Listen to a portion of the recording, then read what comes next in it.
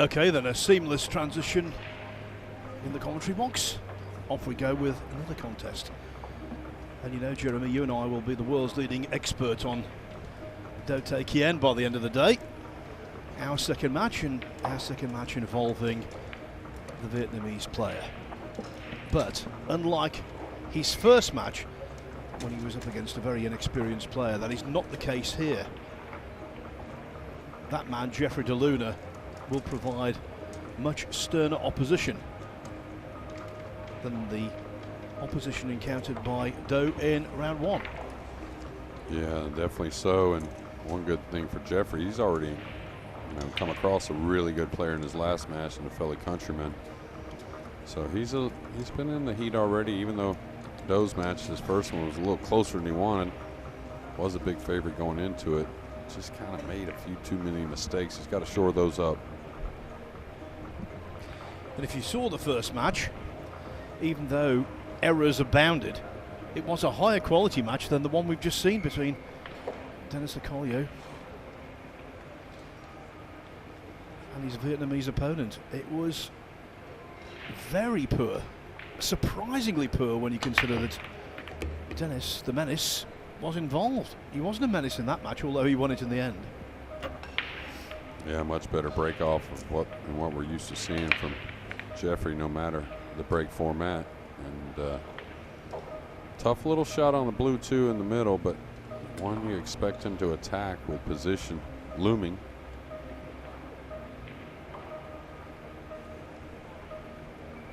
Now Jeffrey here, you'll see a big difference in, wow, he's elevating here. I thought he would level out and kind of roll this ball on the side. Now I'm wondering if he's playing safe somehow here, maybe a two-way shot with the bank. Yeah, he's just gonna go and play the safety anyways. So surprising he didn't take a stab at that. Maybe game one, first shot, had a little something to do with it. Do, who will be kicking one rail at the two, and with the 9 near, you never know. Yeah, I wouldn't even think about that myself, but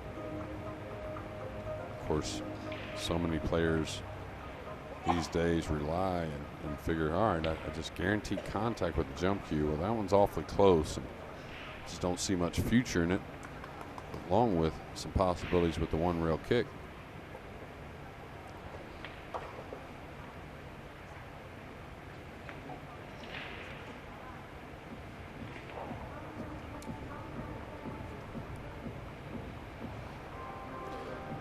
You mentioned the word future there, Jeremy. Well, the future for the winner of this match probably is going to be very tough, because in winners qualification it looks as though they will take on Jason Shaw, who at the moment is 4-1 up against Fu Che Wei.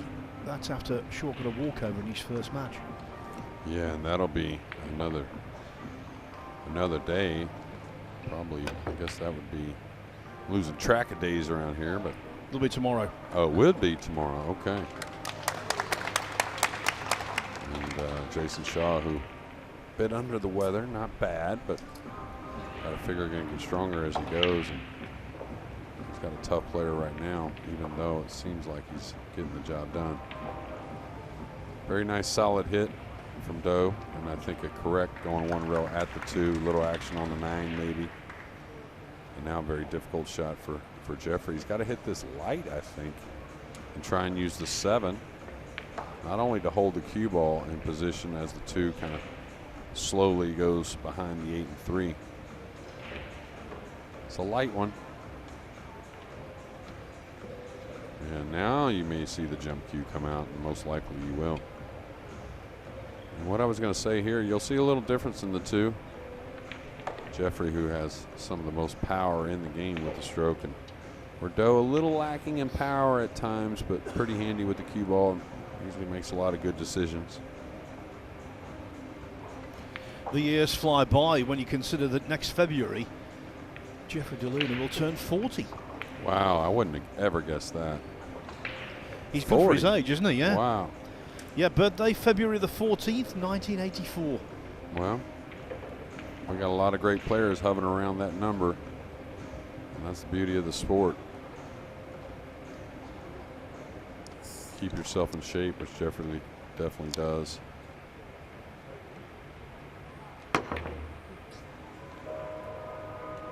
Yeah, you could hear a little grimace from Do. He felt like he should have made that one, and I agree. Not much with the jump cue myself, although I've gotten better in the recent years. But I felt like I would have maybe buried that one.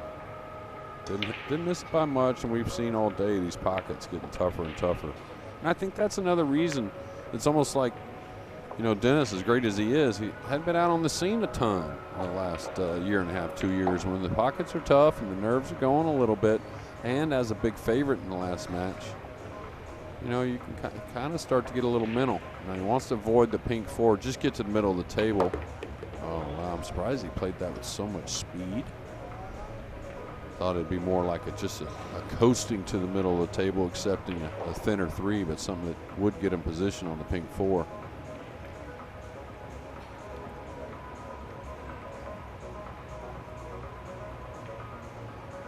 Looks like he's going to play a swerve maybe around the 9. Now this, he can either play light, trying to put the 3 by the 7, or he can maybe make it, I guess. You know, considering he wasn't striking down on the white there, didn't he get some swerve on that cue ball for a minimal effort? Yeah, and he was a little more elevated than it looked, but what the thing is, whenever you're having to curve way down the table, you're not going to be way elevated because you want the curve to happen a little later as the cue ball goes, you know, tracking towards the 3. Yeah, it wasn't jacked up entirely, and the swerve aspect was overdone in the end. 3 ball left.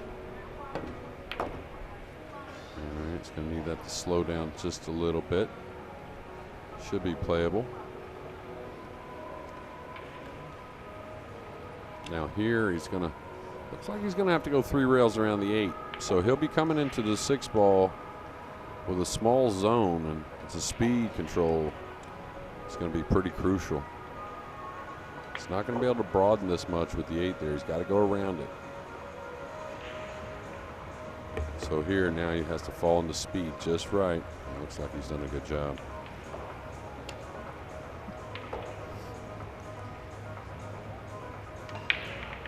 I'm not sure. We didn't get a ton. We got a little time watching Jeffrey in his first match, but I firmly believe that Do will wake up and play a much better match than his first, win or lose.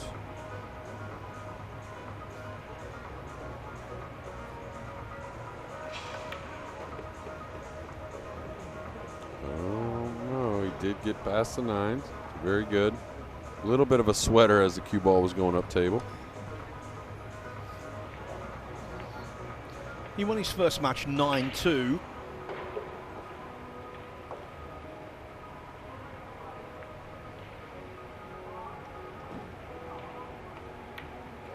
But the Bears scoreline did not tell the full story. His opponent, Do The Kien, missed a lot of balls and looked like a rabbit in the headlights.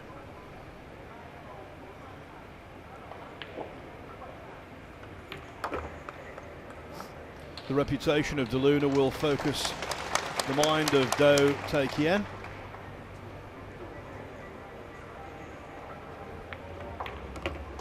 Who has taken the opening rack, much to the delight of the Vietnamese supporters here. Now then, let me see how this first round is finishing off. We're down to the last few matches in round 1 of the tournament. Nathil Islam on the hill against Chu Viet Huang at 8-5. Marcus Martin of Spain now 7-5 up on Paul Gulbrandsen of the UK. As I said, just a handful of matches left in round 1.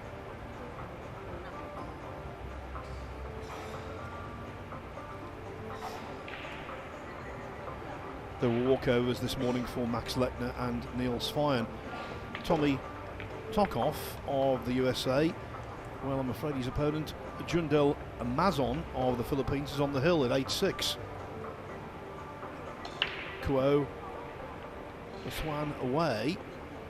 He's 8-7 down to Lee Van Kuyen of Vietnam. Kim Su Garmak of Norway, 7-2 up on the Republic of Ireland's Kieran O'Brien, and that's your lot in round one. That's the only matches yet to be resolved.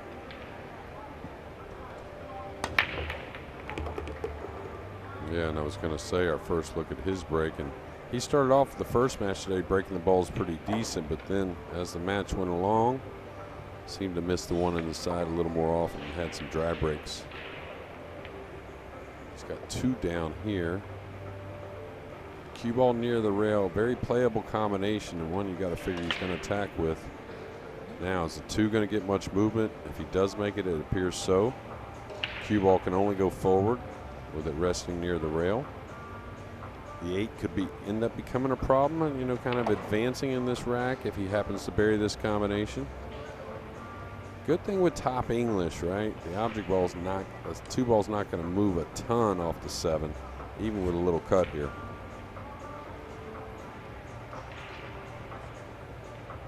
Boy, what a big shot. I mean, if he gets this down, really an open table most likely to get a little lead here early. Well played, the 7 ball promoted into the pocket by the quiet pace it was played at. Yeah, what happens is when you're hitting the ball more head on, you just put a little more energy onto that object ball, and it has a little more oomph to try and overcome, you know, a little bit of a mishit to the pocket. Good angle on the 2 as well to go up for the 3. In an ideal world, could have done with slightly more, but he's got enough. Yeah, this should be okay, but getting on that 3 is important because you'd like to play the 4 by the 8. That way you don't have to have any worries of the cue ball running into the 8 if you play the opposite pocket. So in a good position here, and you can already kind of tell a little more alert, I think, in this match, and maybe that's the name you talked about on the other side, doing favors here for Do early.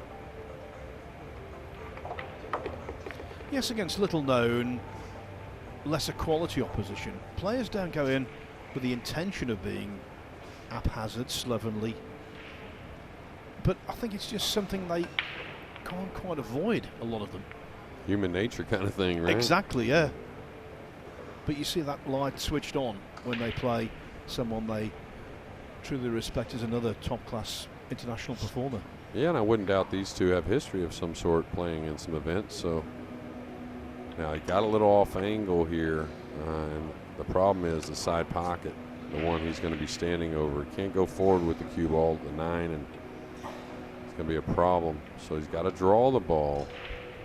And I think the line of the draw stroke brings him near that side. He may put a little extra speed, trying to kind of make a bounce effect off the pink to redirect the cue ball.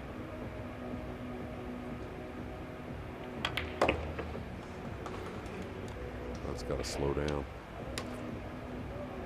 Still, it was necessary, I think, like I said, to overhit a little bit.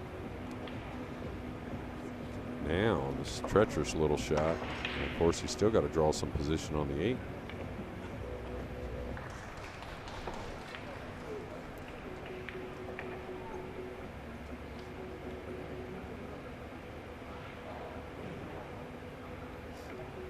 I'll tell you. You want to stay away from a little bit of side spin here if you can, but may need a little bit to avoid a scratch. 1 rail by the 8.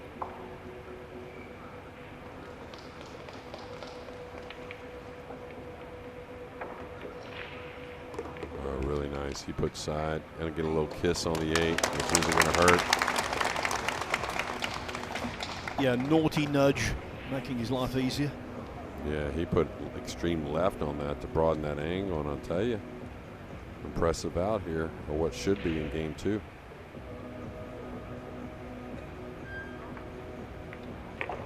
Little decel right there. And I wouldn't say decel, but it just wasn't a full acceleration. I probably used that word a little too often, but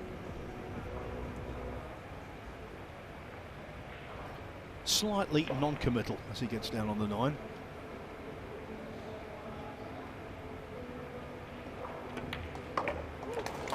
And the lead of Do The Kien is doubled, 2-0. I can tell you, 2 bright stars of European pool are playing unblemished pool in terms of racks won. Mario He very much in the shake-up for Moscone Cup inclusion. He leads a win Quang Viet 8-0 in the second round. Another 8-0 scoreline is on table 18. Jonas Suter Camino 8-0 up on Tuan Win. Jose Alberto Delgado 7-2 on Q Zuan Duc. John Lagarde of the Philippines and Din Tan Chung right here in Vietnam 4-4. Liu Riteng of that pool hotbed Chinese Taipei leading Welshman Marcel Price 5-2. So we've got quite a few rounds going on simultaneously here. Jan van Leer of Holland 4-2 on So Shaw. They're all second round encounters, as is this, of course. Players for a place in the winners qualification.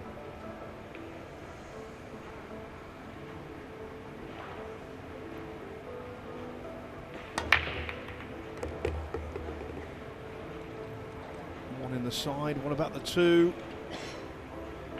Well, he can see it, but he certainly can't pot it. Quickly, while he's weighing up his options here, another couple of scores in the second round. On table 3, Alvin and Jito 4-3 down to Takeshi Muraka, who beat Chris Melling in round 1. And Mika Immonen of Finland has a narrow 5-4 lead over Tang Ching Ting.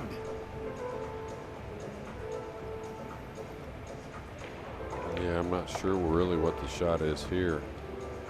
I think he can get through to the 2, but really nothing offered there. The limited portion of the 2 between the 6 and 8. Might push out kind of towards, he's going to tie up to 7-9 maybe and leave the kick shot. It's all right.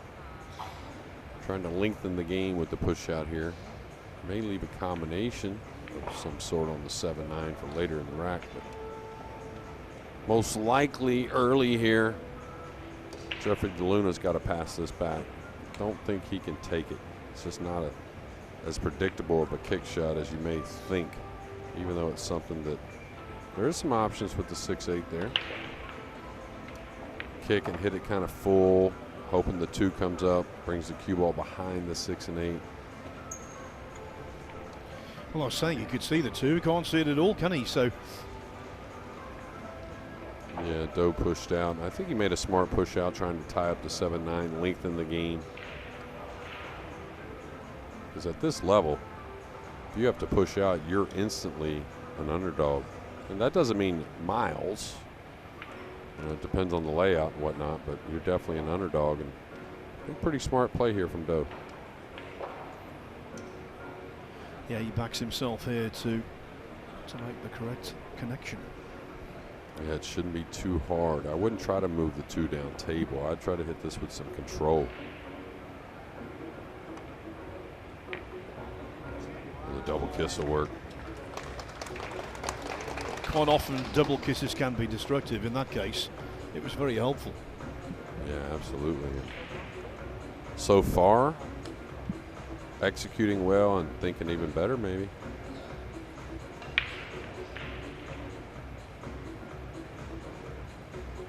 Now Jeffrey can go to the side rail, kick the 2, and try and drag the cue ball behind the 7 and 9. Pretty mild speed, not too hard. Caught it dead full.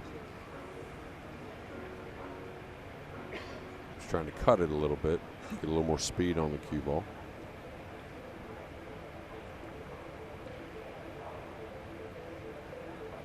Man, could have beat me out of dinner with the 40-year-old, the birthday coming up for DeLuna, I'll tell you.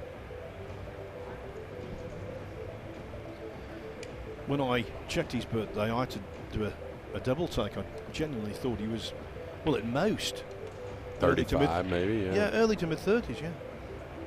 Yeah, I thought he was 33, 34.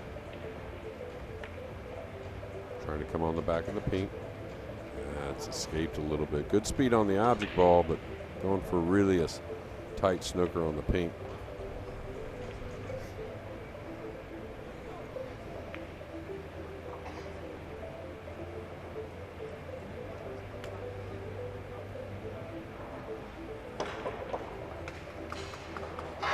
bank cross side, not that bad if you're thinking offensively. I think you would be a pretty good favorite to make that, but cue ball's going to have a ton of speed. Safety's a little tricky though.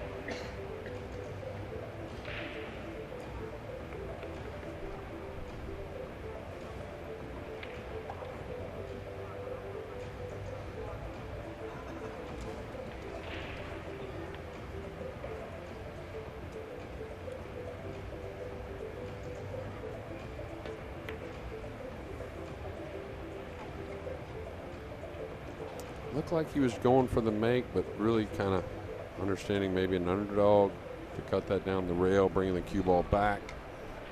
So those are one of those types of shots that looked like it just didn't really commit to something.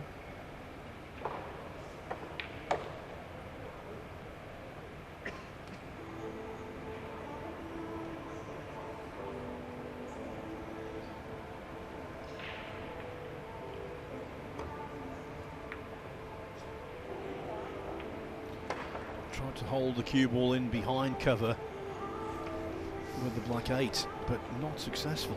And this rack has gotten pretty ugly with the 7-9 and the 6-8 tied up.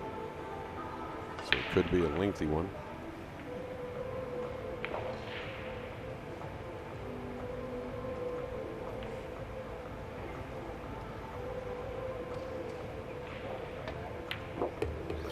Yeah, sometimes in pool, a lengthy rack can creep up on you.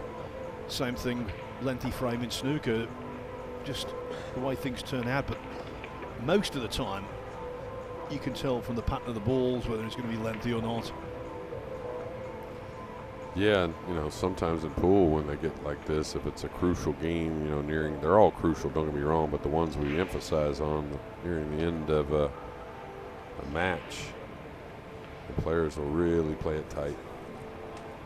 In snooker, the most common tell for a lengthy frame is when a high value colour, particularly the black or the pink, goes over one of the top pockets, and then the reds tend to congregate around it because it's so easy to play safe. Right. And you get a stalemate situation, and quite often either the two players mutually agree or a referee steps in and it's a re-rack. Yeah, in 9-ball pool we don't have stalemates because of the 3-foul rule. It's amazing, some tournaments back in the States, not so much now, but back in the day they used to play a lot without the 3-foul rule and without a stalemate rule enforced as well. And a couple times I was playing very good players and we just agreed to start the rack over. An informal re-rack. That's right. And then everyone was looking at us kind of crazy, but neither one of us wanted to give an inch. So, all right, putting him underneath the 7 probably.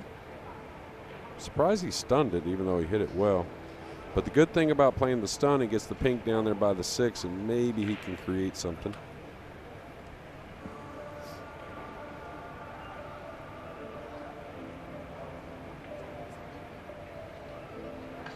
Maybe a little partially hooked here. Hard to tell.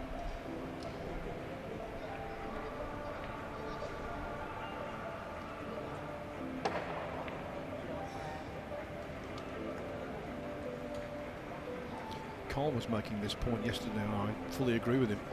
On this particular coloured cloth, don't the balls pop out at you? They look really good. Oh yeah, absolutely. You know, like anything, when it comes new, you got to get a little used to it. But the people that make those decisions knew what they were talking about. I believe it's called shark gray. I think that could apply to me. Short in grey. If it was called short fat in grey, then it would be me. Probably get a sponsorship there. Yeah. Phil. A few extra dollars.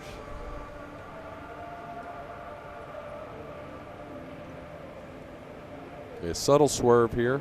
Would love to hit just mildly off the left side. A little containing shot. Shouldn't be a lot of speed. Oh, he killed it on that side. Nice shot. Very good.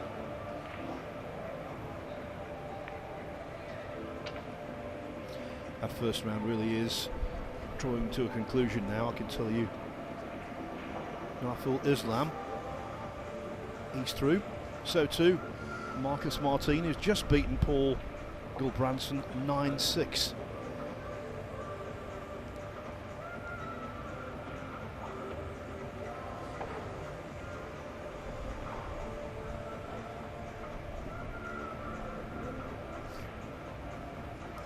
Kim Soo Garmak 9-2 over Kieran O'Brien also.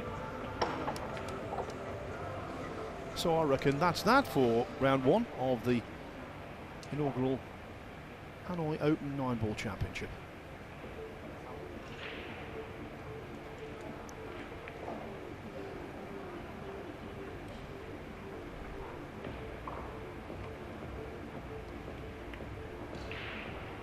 Look at the speed here coming behind the 6'8". What a shot. That one definitely deserves an applause, and just really good. Anytime you play off of one cushion and you're just kind of having to roam the cue ball out in the middle of the table, whether it's behind one bar or two, very demanding, and not only is it a very nervy shot because it's hard and most will stay away from it, but just got to tip your hat on that one. Again, the 6'8" still tied up, so probably not a ton of speed on this. Just a nice contact, bump it to the rail. Surprising he missed it. And this match not starting how Jeffrey DeLuna is desired. It's a very lazy thing to say in many respects, but the Filipinos in general are wonderful kickers. We know that, and so for DeLuna to do that, that's a big blunder. You've got to make contact. Yeah, especially whenever he recognized how difficult the 6'8" was. So he wasn't trying to do something special with that kick shot. The one thing about Jeffrey, and everyone knows it throughout the world, at least the pool players, that, you know, if it's any kind of lengthy challenge match, one of the backroom matches, you know, his name looms large because of, you know, the high gear he can hit, and how he breaks the balls and whatnot. But I think it's just been a struggle for him to transition to a consistent tournament player because, you know, he wants to hit that gear, and it's just not something you do in a tournament or really try to do. I said earlier, it's just something that kind of evolves on its own. This has got to slow down. He's not going to be happy with that. He's going to be faced with a little bit of a funny shot.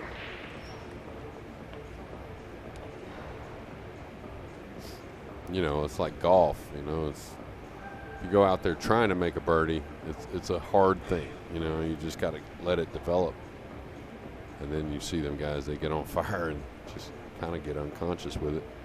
Another golfing analogy, Jeff DeLuna's the kind of player who shoots a couple of 66s every week, but throws in a couple of 75s as well. Right. Is he going for this? I thought he'd just chip the 6, come back on the 8, trying to make a big one early. Okay. It's hard to tell with Doe because he kind of has that wind up, like he's about to apply a lot of power, and again the soft one, right, we talked about in the first match, really doesn't agree with those pre-strokes, and here he's given up a little something to Jeffrey, although not easy. I think if the side pocket's in play, you got to play the side and just roam the cue ball at the 7. You may bump it, you may not come away with a shot, but at least you're guaranteed. Oh my, so Jeffrey's a little nervous to start here. Yeah, not a good sign when the shoulder comes into a shot to that extent as early as rack 3.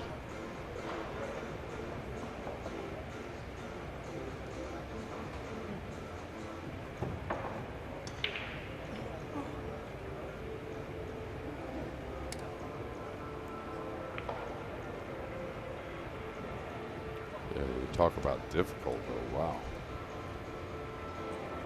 Really difficult to cross this ball over as well and try and play maybe a cross corner bank along with the safety with the black 8 kind of interfering.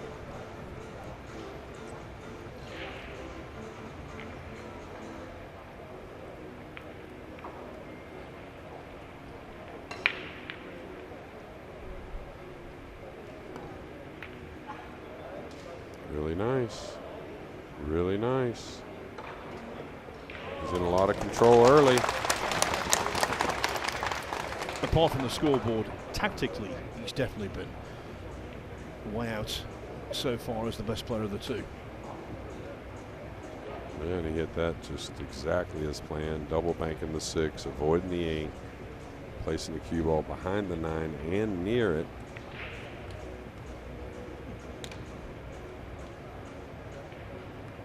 Boy, this is a tough one. Anytime it's close, he can get over the ball. But you have to hit the cue ball so squarely to keep it on line to a ball so far away like the 6 is. So may really look at the kick. I know he's missed one, but I feel like he should miss another. That's the route I would go. Behind the 9 and go 1 rail, maybe 2 rails at the green 6.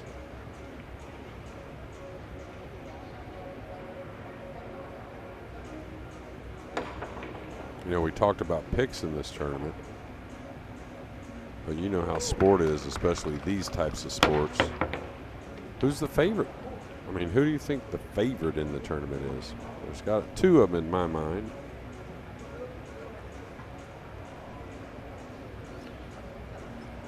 I think it's very hard to say, actually. Go on, you. Well, I just go with the 2 that were in the finals of the U.S. Open. Just, I think they're both. Koping Chung's been showing us that form for a while now, like a year, and of course Federer Gore's coming off the Perry Open and kind of got a lot of fans on the side here, and it seems like he's always in form. So, and I'll tell you something, there's a really interesting dynamic here as well, because Koping Chung doing so well at the US Open. Now, that was brilliant point down the rail. That was well received by his brother Koping Yi. But Koping Chung, even though he's had a good career, has always been in the shadow of Koping Yi. Now all of a sudden, he's a star in his own right, and I think Ko, deep down, will want to re-grab the limelight. Yeah, of course, my brother didn't play professionally, but we weren't that far apart, 15 months. My younger brother, my older brother, 10 years older than me, but yeah, we always had some kind of little battle here and there, no matter what the sport was, it seemed. Talk about a battle. This guy looks a totally different player than just a few hours ago. Doesn't he? Yeah, and you're going to hear some cheers after that out he made here, cutting the 6 down the rail, and the safety's in this rack. 2-0 becomes 3-0. Yesterday, we had that no win over Carlo Biardo for Vietnam. Maybe another Vietnamese is going to reach winners qualification at the expense of a Filipino again. Now, talking about the race for winners qualification, here's some scores for you in the second round. Thuong Nam Pham of Vietnam is leading his fellow countryman Nguyen Tuan An 7-1. Ahmed Tawfiq 6-3 up on An Quang Nguyen. Jason Shaw quickly on the hill and looking good against Phu Che Wei on table 7.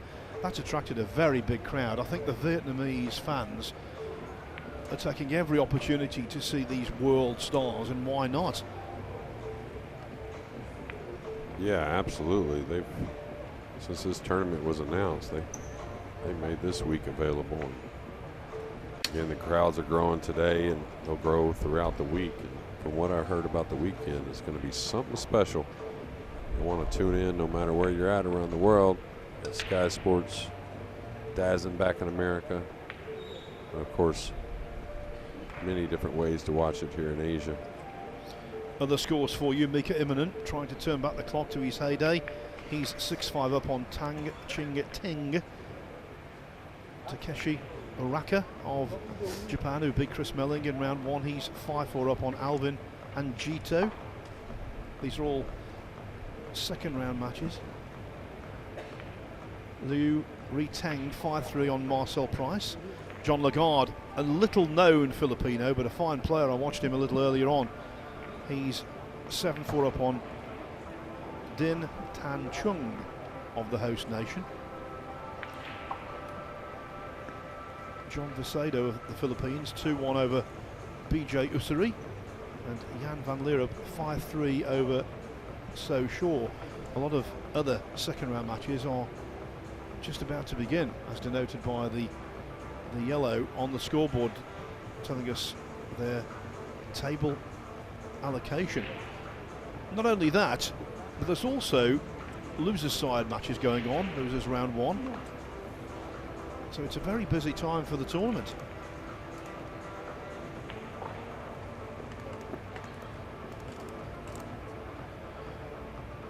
Tell you who's playing on the losers side at the moment, Chris Melling. Losing in the first round for him, a shock to the system, but I'm sure it's one he can overcome.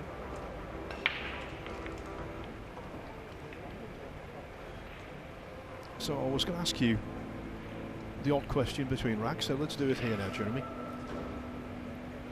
Earlier on in our first match, funnily enough, it was the same player as we're watching now, Do The Kien, led 8-2, and I was thinking, in terms of fightbacks, successful fightbacks, what was your best?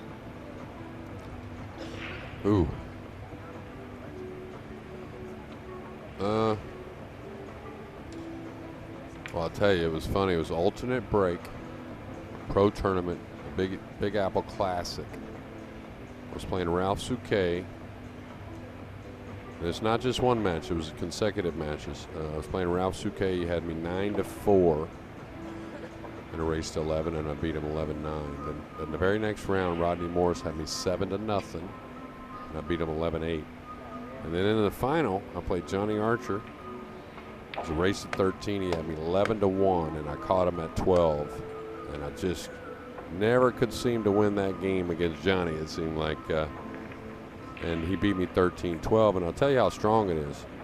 The very next pro tournament, the Carolina Open, this is no lie, I broke and ran. This is winter break. I broke and ran 30 racks in the last 4 matches and lost the tournament. 13-12 in the final against Johnny again, about 10 days after the Big Apple Classic. So it was they had asked me who cost me more money in pro tournaments. It was Johnny Archer for sure. As Jack Nicholson said, here's Johnny. That's right. And of course he beat me in the U.S. Open final one time too. So his only win in the U.S. Open final, which of course I was pretty unhappy, but Johnny had been to a few of those finals and really got no luck, so it wasn't all bad. But yeah, it's funny because Corey Deuel, when some of the tournaments went to alternate break, you know, he'd be down like 5-1, and his mentality was he had no chance to come back. And he was there, and he was watching some of those comebacks I made, and I kept looking at him. Yeah, you can't come back, huh? You can't come back. And Corey was, you know, he's a great guy, but he was a funny bird at times. You know, like if he got down 5-6-1, he'd just start banging him.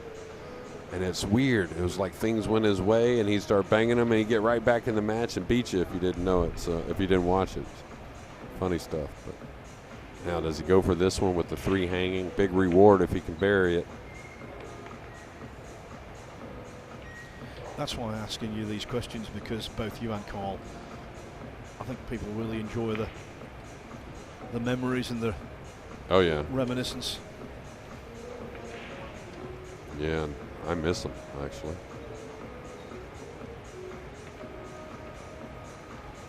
Now this one here, he doesn't have to elevate. He can beat the scratch, no problem with a high ball. Shouldn't roll it though. Should have a little speed. That's if he's attacking.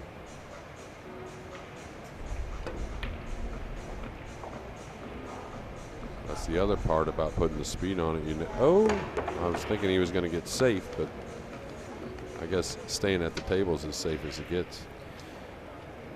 Strictly speaking, that was a 2-3 carom, but of course, really it was a fluke. Not an outrageous one in the sense that he's not well placed on the 2, but he's certainly not complaining. No, and he knew that he was bringing the cue ball up table, and just in case they miss, and trying to leave something long and tough.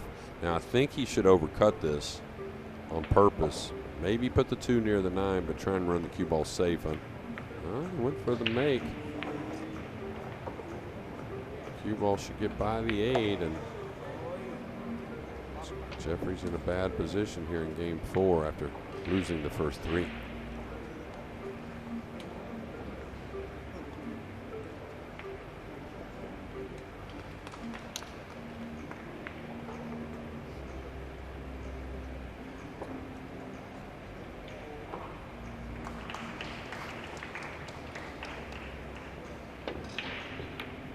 Solid hit. This is going to clip the 9. What's it going to do? Is it going to come up a little bit? That's enough.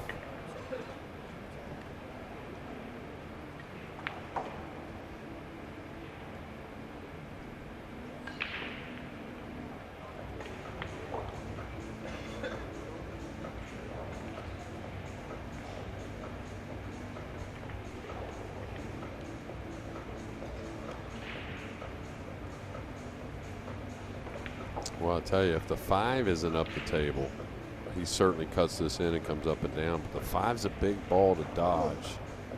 So he's going to have to put a hair of inside English. And anytime you're hitting it thin, if you happen to overcut it to the pocket a little bit, you could lose the cue ball in the upper left. Yeah, you see that 5 ball? And that's was going to be a problem.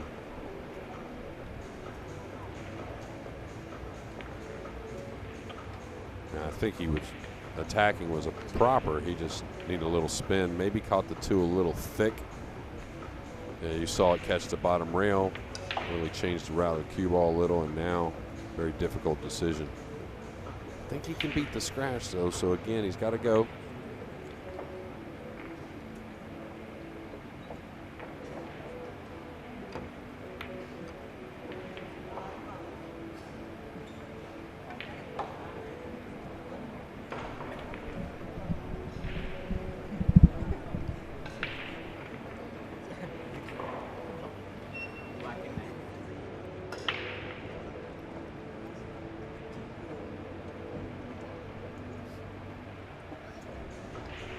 This is where Jeffrey's gotta not let the score vary what he would normally do, which I think he would normally elevate and try and bank this in. But maybe at 3-0, he tries to lay down the safety behind the purple. Now he could roll the bank in, bringing the cue ball around the purple for a 2-way safety. This is going to hurt a little bit. Yeah, for DeLuna, it's one of those matches, isn't it, where nothing is coming easy. He just wants a simple in, and he can't quite find it. Yeah, normally when that's like that, you know, there's sometime soon that comes along. Maybe he'll get a ball in hand somehow. It seems like the matches work out that way, but now this is uber thin and to the side. The corner not an option.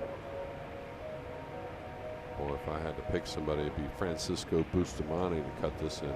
He's the greatest I've ever seen at the thin one in the side.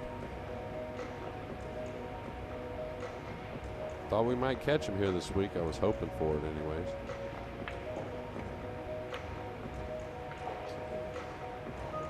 All right, well, there you go, Jeffrey. Yeah, this is what he was craving. And of course now he's got it, has to make the most of it.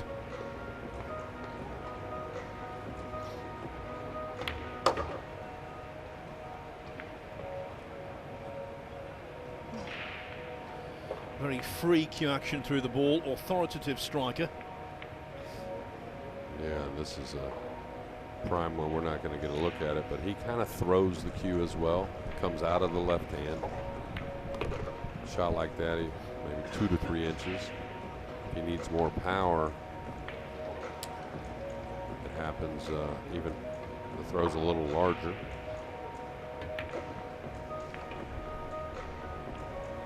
Wants to have to creep up a little bit. Good gains an angle, so it should be all right.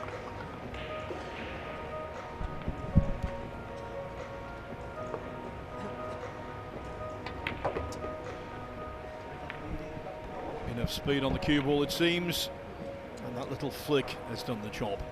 Jeffrey DeLuna just about to get off the mark. There it is, 3-1. The Filipino hoping that's the start of big things.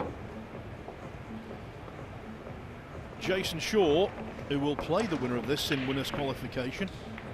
He's on the hill against Fu Che Wei, who's proving a little stubborn. Scoreline there, 8-4 in favour of the Scot, transplanted to Connecticut. Ahmad Tawfiq, 7-3 up on An Quang Win. Phuong Nam Pham on the hill against his fellow countryman Win Tuan An is 8-1. All of those second round encounters. We're not too far away from seeing Nafiul Islam take on Koping Yi, and Nick Malai face the snooker player Gary Wilson. Mika Immonen still just in front against Tang Ching Ting at 7-6. Takeshi Uraka 6-4 now over Alvin and Jito. Just about to get underway against Bernie Regulario is the newly crowned US Open champion Koping Chung.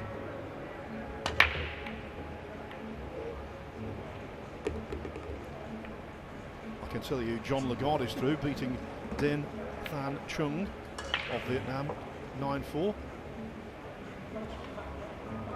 And how about this? Jonas Suto Camino.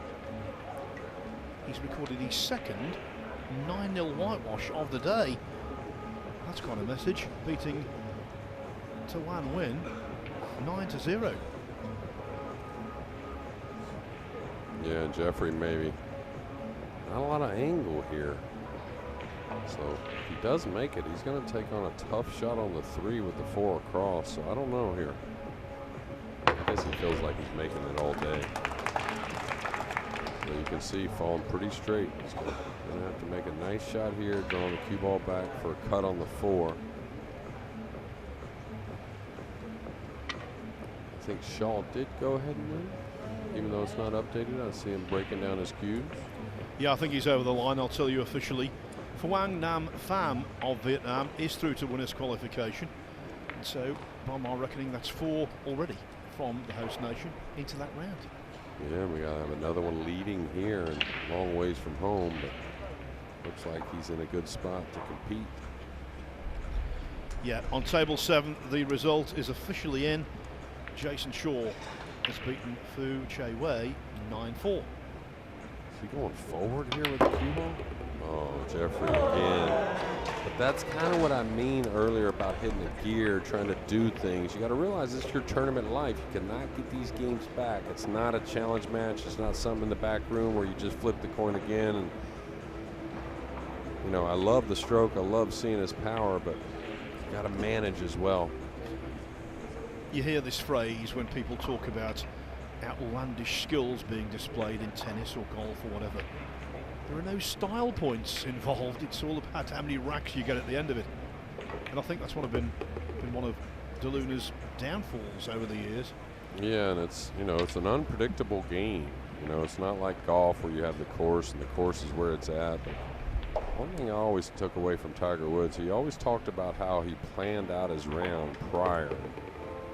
You know, you can't do that in pool, but you can plan how you're going to be, your mental, you know, kind of frame. And I think Jeffrey was starting to get there in a better way. And maybe just, I don't know. I don't know how to explain it. It's a funny thing. The last shot, though, was, had it come off, it would have been great, but it was very extravagant, wasn't it? Yeah, and, you know, if you just look around the room and watch all week, you may not see another person strike another ball like that the entire week, and that tells you a lot.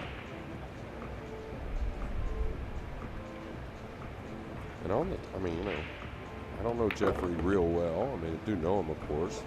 I mean, we don't hang out all the time or anything like that, but, you know, on the table, I'm a huge fan. I love seeing him play. I just think there's more there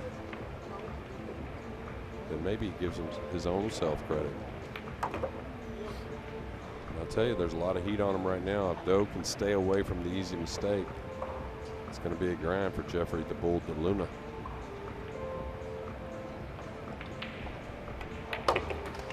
Yeah, absolutely. Do The Kien has got the ball by the horns at the moment, and he leads 4-1.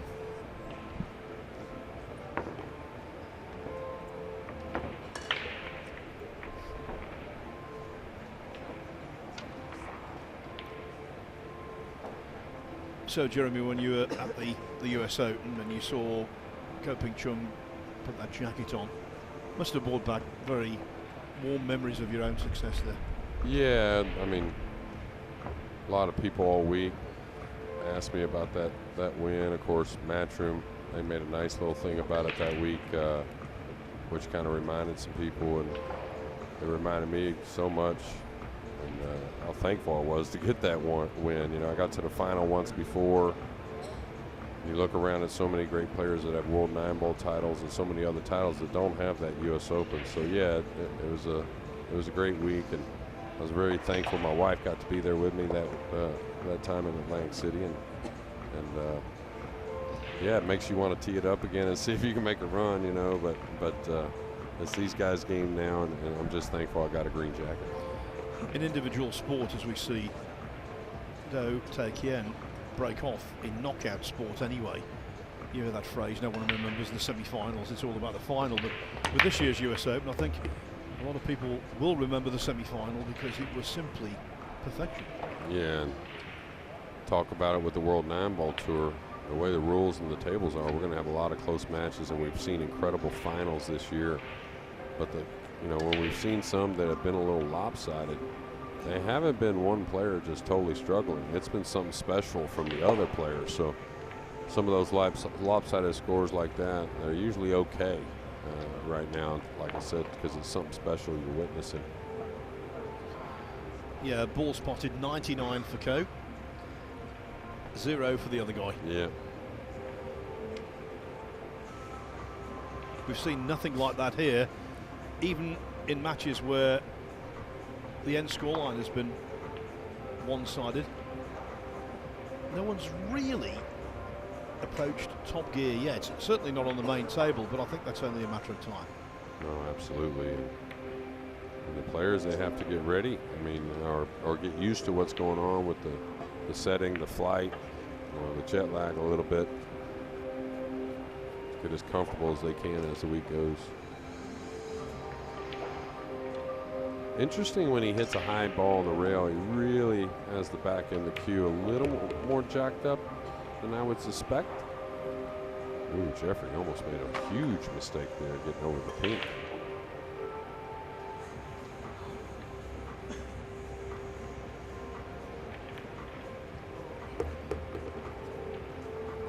Question for you at the end of this rack, Jeremy, so get ready. Okay, just don't get me crying on air or anything like that. Don't get me too sentimental. Well, as an interviewer, that's one of our techniques. Yeah, right. We like to see a few tears shed in the nicest possible way. Well, it always brings me back to Jerry Maguire. I was a big Roy Firestone fan, and he always says, I ain't gonna, whatever it was at the end, but I ain't crying on here, Roy. I think it was Roy Firestone, isn't that right? Yeah.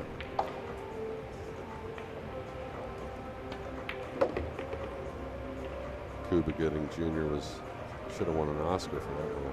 He was awesome.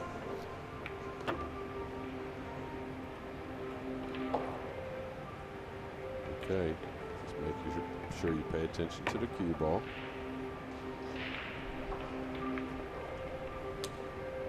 Really one of the most effortless players you'll ever see, DeLuna.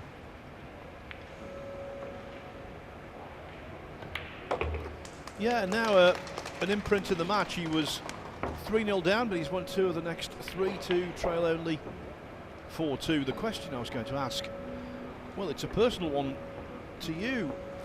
This is a wonderful facility here, the National Indoor Stadium in Hanoi. Over all the years you've been playing, what was the best venue you think you've ever played in, competed in, seen? There's been so many great ones. Been fortunate in that regard. I could think that one for a second.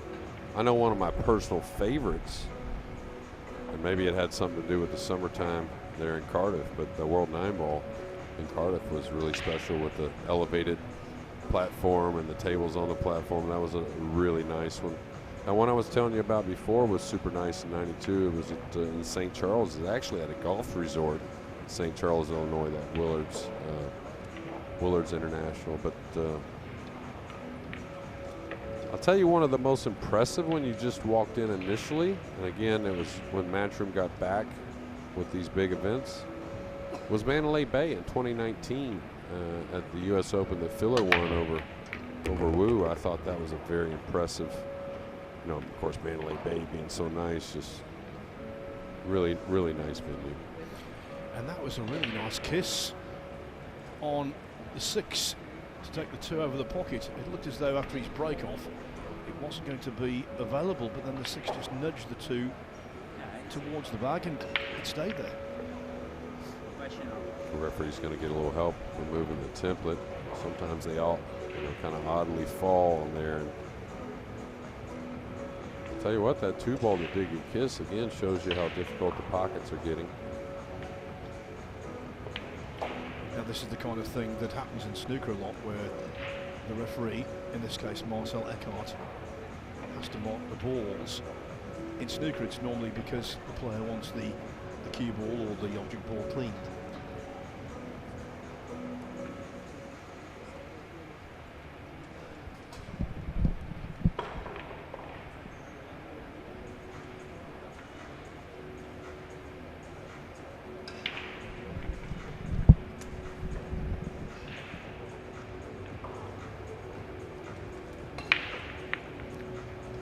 Delica's operation completed with the professionalism you would expect from Marcel.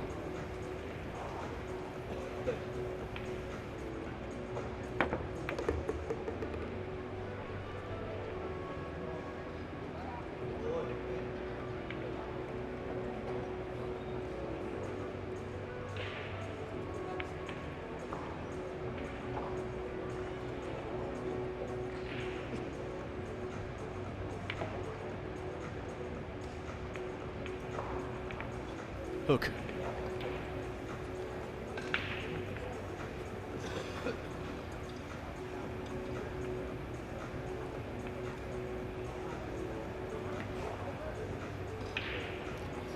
And I think that qualifies as nasty.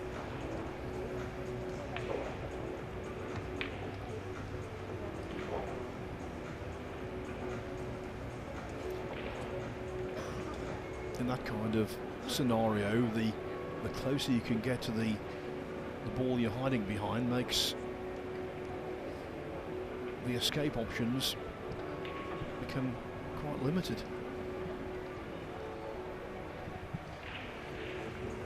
Yeah, he's a righty. He's going to have to cue over this 9, come to this short rail, because he can reach that and try and hit before the side, maybe 2 to 3 cushions, maybe the 3rd cushion behind the pink. The problem with the 3rd cushion, you really can't predict that where he's at right here, but hard to get a ton of speed on this being elevated over that 9. So I think it's 2 to 3 cushions off the short rail.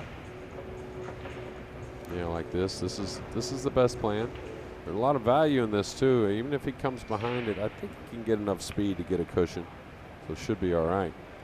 I think he's a favorite to hit this.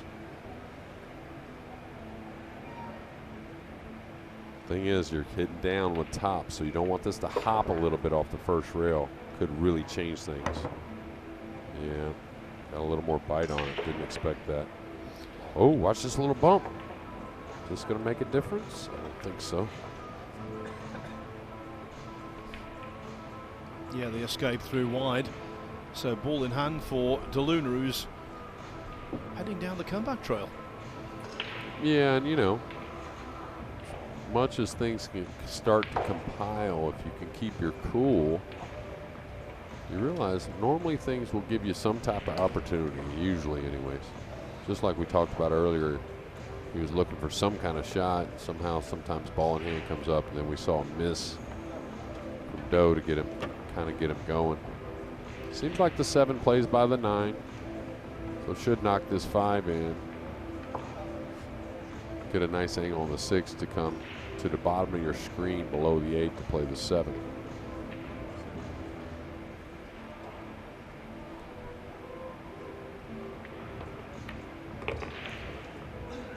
He's been there on some big occasions, Jeffrey DeLuna.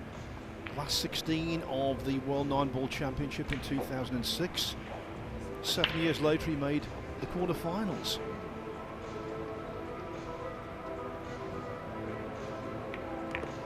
And in Doha, Qatar in 2006, he got to the final of the 9-ball in the Asian Games, ended up settling for silver.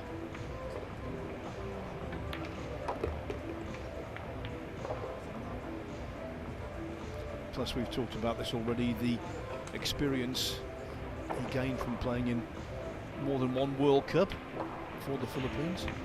Yeah, and you can just see the effortless movement of the cue ball. Just really no one on the planet possesses any more power. Now another one on his side. Indeed, a full-blown comeback now from Jeffrey DeLuna. At his lowest ebb in this match, he was 3-0 behind. Now it's only 4-3. Do you remember yesterday, Jeremy, we were talking about the Sultan of Brunei's son who played in the World Pool Championship? Well, the Brunei representative here, Ahmad Tawfiq, is through to winners qualification, beating An Quang Win 9-3. Yeah, I believe that's the young man I met. They kind of made me think of the Prince. It reminded me of him. Super nice guys. Two of the guys, I think there's 2 players from Brunei in the field. Ko Pin Yi has lost the first rack against Nafiul Islam. Gary Wilson, the snooker player, the Scottish Open champion in snooker, he's 2-1 up on Nick Malay of Greece. Mika Immonen now trailing 8-7 against Tang Ching Ting. Takeshi Uraka 7-5 upon Albin and Jito. Slow start for US Open champion Ko Ping Chung. 2-0 down to Bernie Regalario. Dennis Okolio looking for an improved performance on his first match. Well, he's 2-0 up on Win Duck Day. Roland Garcia just starting out against Win Huang Fong.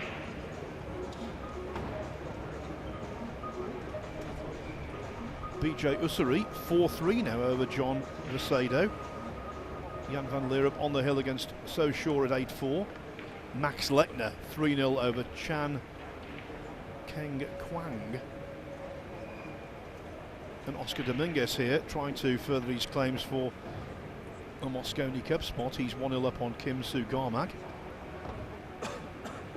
And another second round match just in its embryonic stage.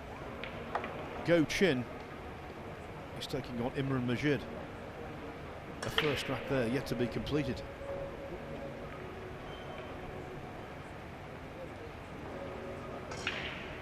I have to tell you this, Bernie Regalario of the Philippines 3-0 up on Ko Ping Chung. Well, again, that Filipino flag. Ko Ping Chung, that's on one of the front tables. I'm sure many spectators there. And I think BJ Ussery's on table 2. That's that, if you want to watch that. Back in America, all the fans. It's on the Matchroom Multisport YouTube channel. Good to see him traveling abroad. And, you know, this is a long ways to go, of course, but I think that's more of what he wants to do, and hopefully he can do more of it in the future. I've seen photographs of him wearing headphones when he plays. Does he still do that all the time? He does that a lot back in the States in tournaments that allow it. Some tournaments don't allow that. And, but I think, you know, just like I was a long time ago, if he wants to really get his game even to its best, got to be out here playing the best, and that's just he's the type that would acclimate and learn those things and improve. Well, when you play again, Jeremy, you could wear headphones because you're certainly used to it now, having done so much commentary. Yeah, it's funny. I might be the only person on the planet that don't own a pair of earbuds either. You know, with that. Now I bought a few of them for the family, but don't actually own a pair myself. Don't mind the headphones so much. The little ones in my ears, I'm not so comfortable. Yeah, I'm with you there. And there's nothing comfortable about that break-off for Jeffrey DeLuna, known for his potent break. On that occasion, dry. Yeah, and he struggled with that when we panned over to his earlier match. He had a couple, 2-3 dry breaks and still got through with the W, but give up much of a shot here, but maybe a little control. Now, do you play the 1 behind the 7, cue ball behind the pink 4 and 8, or do you bank the 1 down straight down the table? I kind of like putting the 1 behind the 7 here. I think you got a lot of room for error with this.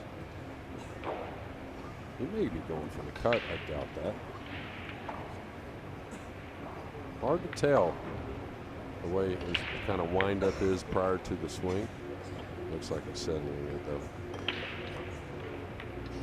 He was going for the cut.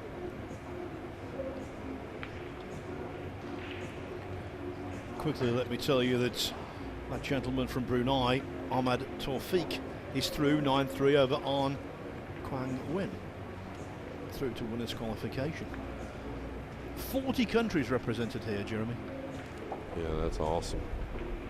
Just tells us all about the sport. And of course, everyone wanted to be a part of this World Nineball Tour.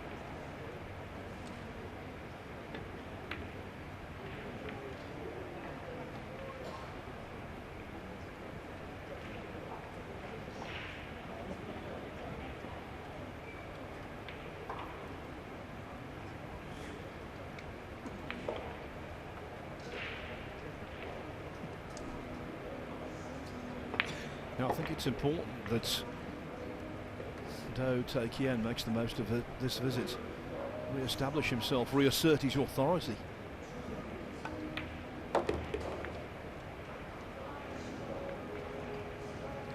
Because where the balls lie, there's no doubt this is a chance to clear.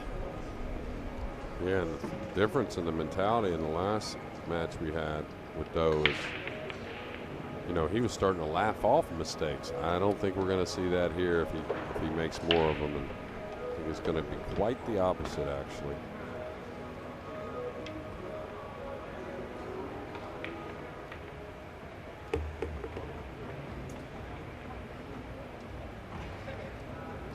What I have noticed with him in this match, and particularly in the previous match, when he's playing balls down the rail, he is just a wee bit inaccurate on many occasions.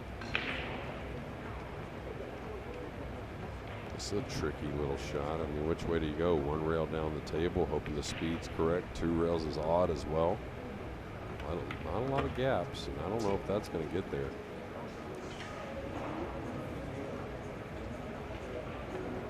And I don't know. I may have cued that one differently. I think, not saying he shouldn't have executed that, but yeah, big snooker. So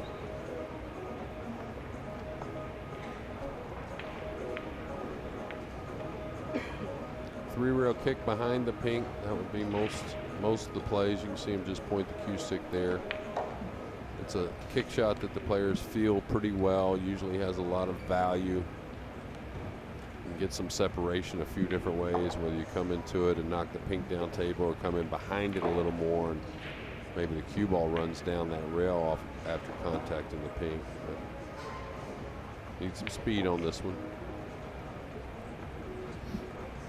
You could actually fluke it in the side as well. While he's thinking, Mika Immonen, former world champion and US Open champion, to the one-loss side. He's been beaten 9-7 by Tang Ching Ting.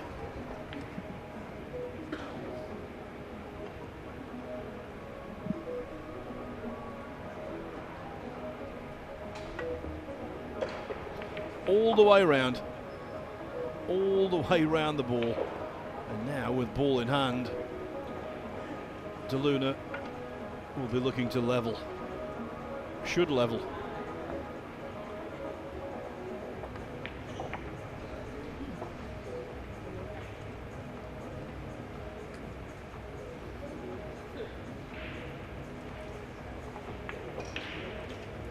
After his first match, saw Do The Kien sitting on the steps of the venue outside, just trying to decompress and think about what had gone on and what he needed to do to improve. And certainly in leading 4-1 he was improving, but now DeLuna hitting back.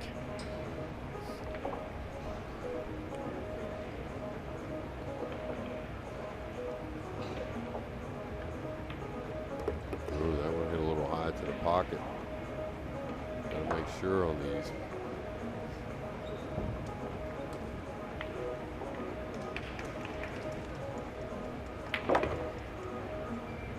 He was stretching over a little awkwardly there, but the simplicity of the pot, it was never going to be missed.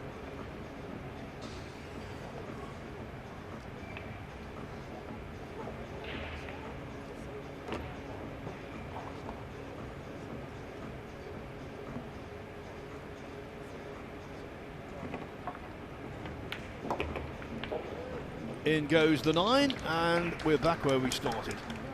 All square. 4-4. DeLuna feeling the better of the two players because he was 3-0 and 4-1 adrift.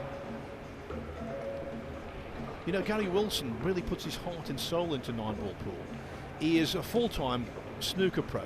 Now this week there's a world ranking event taking place in Wuhan, China, but he didn't qualify. He had to play one qualifying match back in England, lost it. So he took the opportunity to be here. And he's 3-1 up on Nick Malai from Greece, a World Cup player. So good start for Wilson. Nathil Islam 2-1 up on Kopin Yi. I can tell you, hot off the press, Takeshi Uraka, after beating Chris Smelling earlier, has beaten Alvin Angito 9-5, so he's in winners qualification.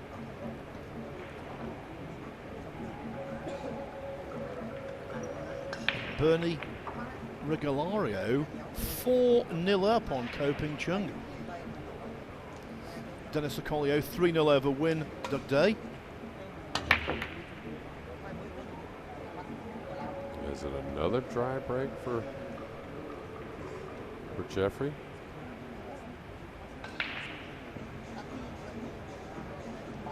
Not sure why, and just that's the thing with the new break rule. Some days it's going to be like picking cherries, other days not so much.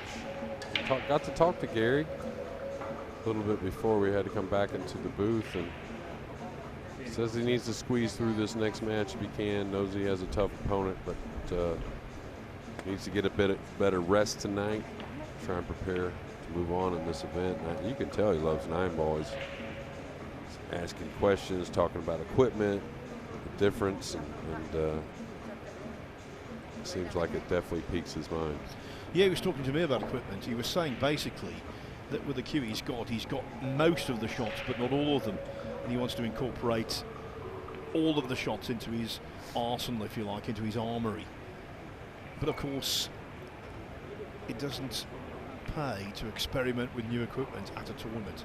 No, I don't think he can do that. I mean, we even talked about that, and I hate to inform Gary, all the shots might take a while. It's an immense game. Yeah, he's very impatient like that. He's a perfectionist. That's one of the reasons I think in snooker he's not won more, because he plays to a very high level, and when he's not achieving it in matches, he becomes very frustrated. Yeah.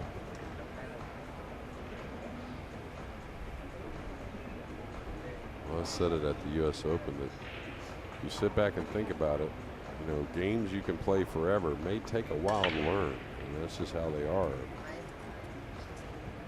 That cue ball stopped quickly there. Thought he would get behind the purple. I think he did get the snooker, but maybe not as much of a one as he wanted. Probably wanted to cut off this side rail. One final thought on Wilson. There's no doubt, though, there's no debate that of the handful of snooker players who've tried their hand at Nineball recently, Stuart Bingham's on the list, Jack Lazowski, most prominently Judd Trump. Of the snooker players, he has definitely been the shining light. Oh, absolutely, and I think probably just because he's put more thought into it. You know, he's seems to come very natural for him. I'm surprised he's jumping this. He's going to get away with it, it looks like. I thought the kick was very playable. Now knotted at 4 apiece.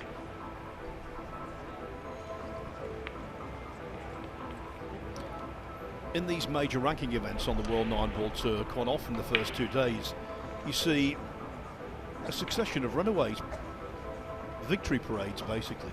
That's not been the case here. Obviously Anton Raga had things all his own way in our very first match yesterday, but generally speaking we've seen some competitive contests.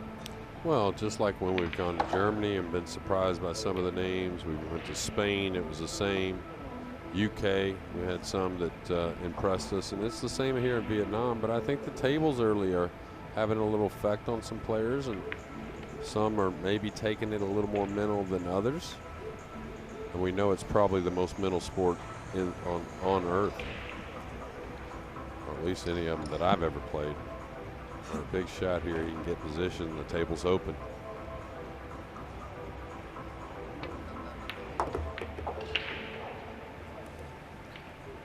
Now earlier today we saw DeLuna move quite violently on a green 6 ball to the middle pocket. That was appreciably smoother.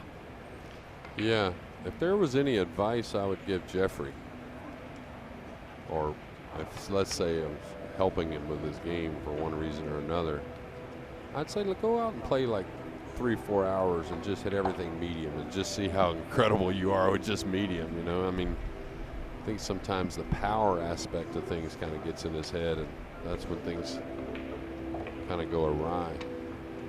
That there, though, wasn't anything about power. That was just a miss. We're seeing a lot of balls undercut, actually, and that one was potentially expensive.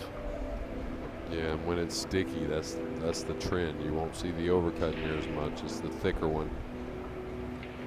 And not saying the stickiness causes that. What happens is it just makes a little less room for error in a sense, meaning the stroke's got to be more on point. Now the next shot here, the pot shouldn't be too much of an issue if he can gain position on the 4. Do The Kien could be regaining the lead. Yeah, I don't think it goes by the 9, so 2 rails between the 4-9 with the cue ball.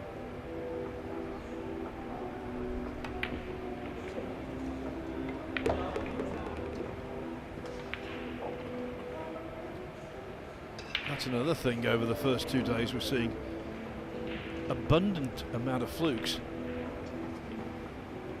Yeah, well, it's just a math thing, right, Phil? When you're missing more, we're going to occasionally have one go in a little more often in a pocket. It wasn't intended. And now he's going to come with a big hit on the red 3 and hope for some help. Can he see this ball? I thought he was snookered.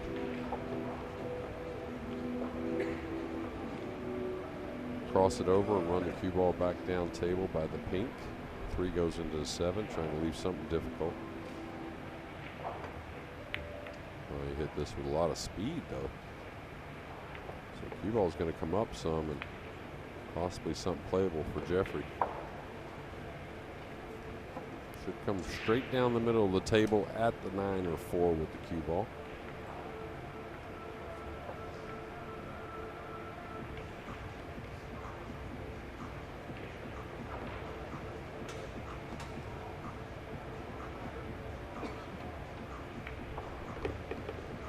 Really nice. Just gotta hope he doesn't get over the 9 is all.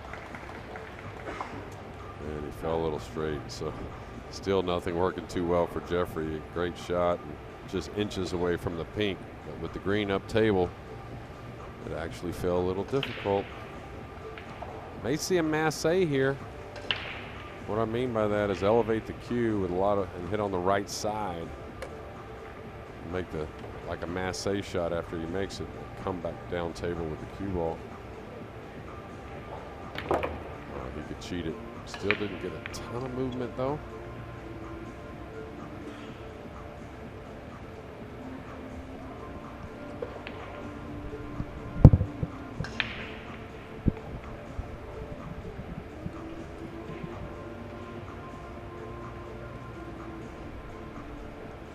Been a lengthy game 9, Phil. Middle of the match. Very much in the trenches here. Kind of get the feeling he doesn't really want to roll the ball here. We'll see what the tip position looks like. If he cues low, he's going to put some power into this. Yeah, I think he's going to go 1, 2, 3, 4 off the bottom 2 cushions here. No, he's hitting high ball now.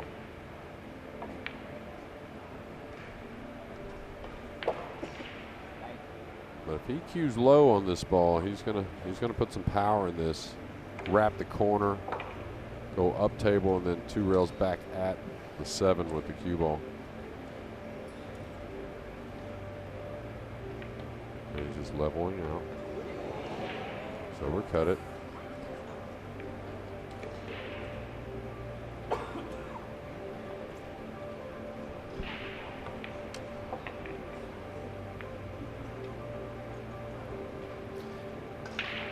On Saturday and Sunday, when we get down to the business end of the event, we'll have plenty of stats, and one of which is pot success. In this match, the pot success rate would be a little lower than the norm for these two.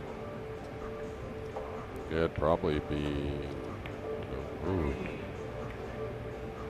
Oh, he's going to get a big roll here. A big one. Wow. Yeah, if you're getting in the 80 percentile for these top players, that's not a good percentage. Now, given you get the opportunity, that is. We were talking about the preponderance of flukes. Now, that wasn't a fluke in itself, it was a fluke snooker, but that will be equally beneficial, it seems. What a horrible place for the cue ball to stop from DeLuna's perspective. Yeah, that's the majority of the luck in the game, really, is what you leave on a miss, not so much fluking balls in that often. That's why people that try to play call shot in any rotation game is just silly. The game's designed because they know there's luck in there a little bit, so when you kick at the ball, you should be able to fluke it in. Well, no harm done there. What an escape that was. Yeah, that's more of that Filipino kicking at the ball we're used to. Not much of a reward, but another opportunity for Do. Excuse me.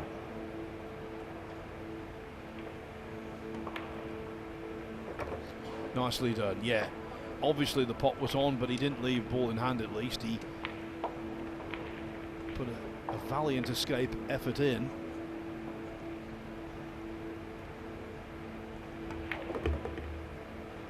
But from here, Do The Kien re-establishing the lead seems inevitable.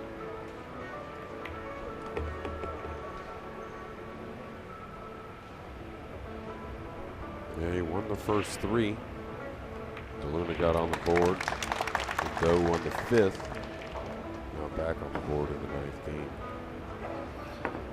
Yeah, so DeLuna's got back onto level terms temporarily, but he hasn't led in the match, and he still doesn't because Do The Kien is 5-4 up.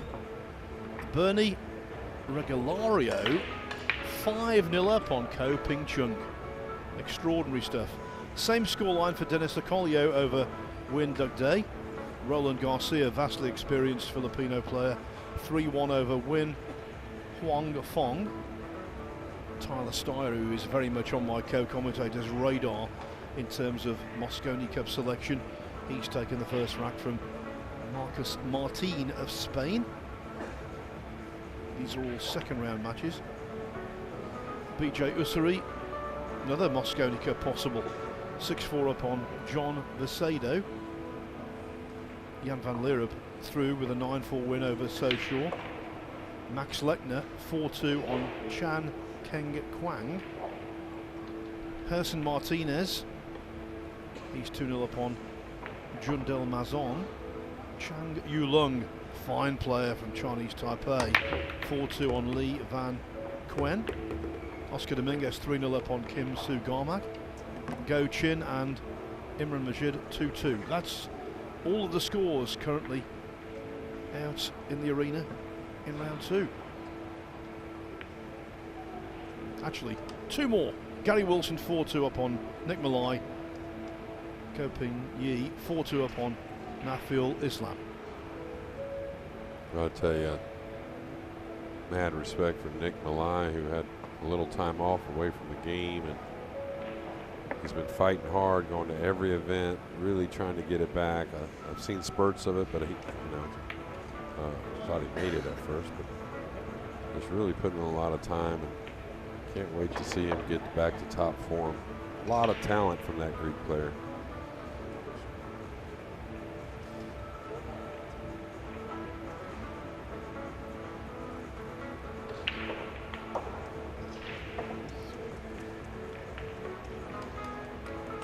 Do The Kien holding his shoulder there, I wonder. Yeah. Well, he's got a little neat cue action right at impact. I don't think we've got to see it in this match. I got a few looks at it in his last. A little like Earl, where he really turns the wrist right at impact.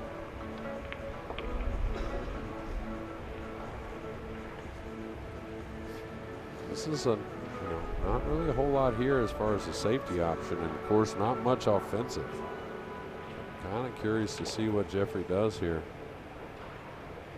I think Jeffrey doesn't get enough credit, really, sometimes with his tactical play. That one's going to catch thin.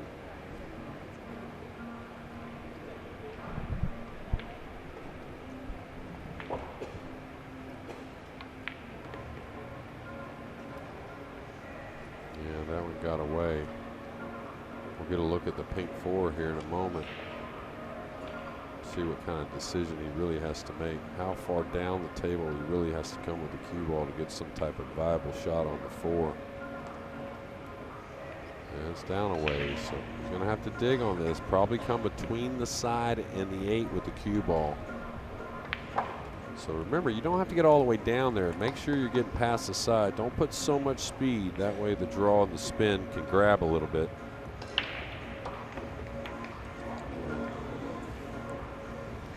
Is he going to get a roll?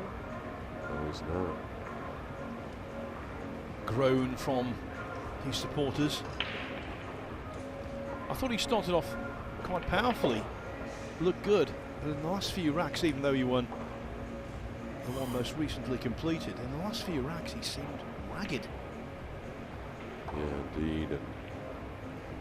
And it's wondering, Jeffrey putting in a lot of power. Now he's a lefty. He'll be able to probably reach over, play some type of safety coming off his left side of the pink, going up behind the 6'9" on the side rail.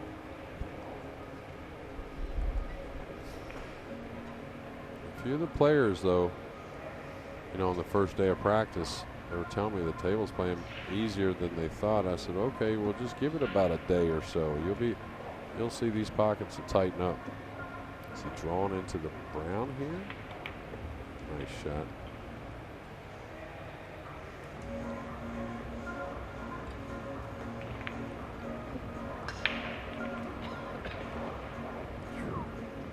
Immediately grabbing the jump cue.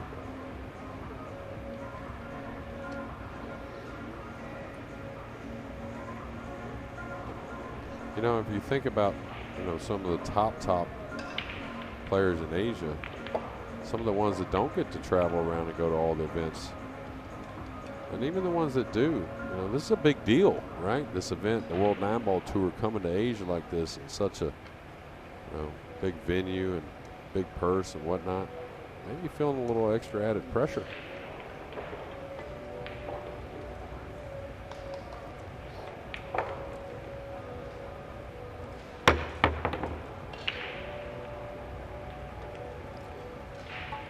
It's a point that was made yesterday also. I think in this round it's pressurised because if you get through this, you're in winners qualification. That means you've got 2 chances then to make the single elimination last 64. Obviously you want to take the chance immediately and win your winners qualification match, but if you don't, you've got a second bite of the cherry. Absolutely, it's the perfect place to be in, place to be in. You want to win 3 in a row, like you said. Odds are in a full season you're going to draw a little easier, but you win the first 2, you're in a great spot.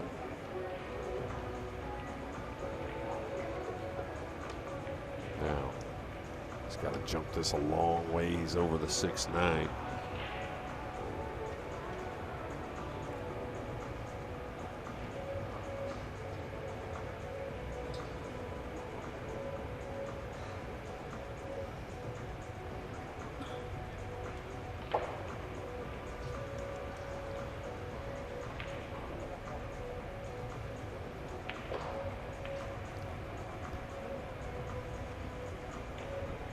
See, he's a little unsettled with the bridging. Almost That one's one little hop before the pink, I think.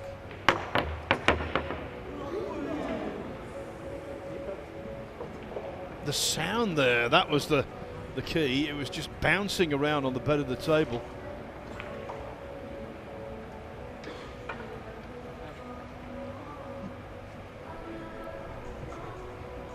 Yeah, almost fluked in this lower corner. Almost rode down the top of the rail into that corner. This match is kind of coming to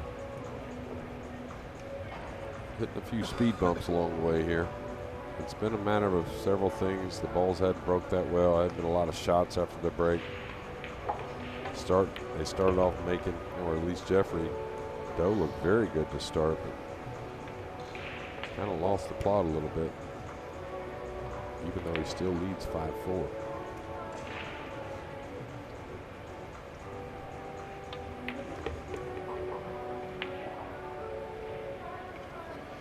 Should be a case of connecting the dots with this one now.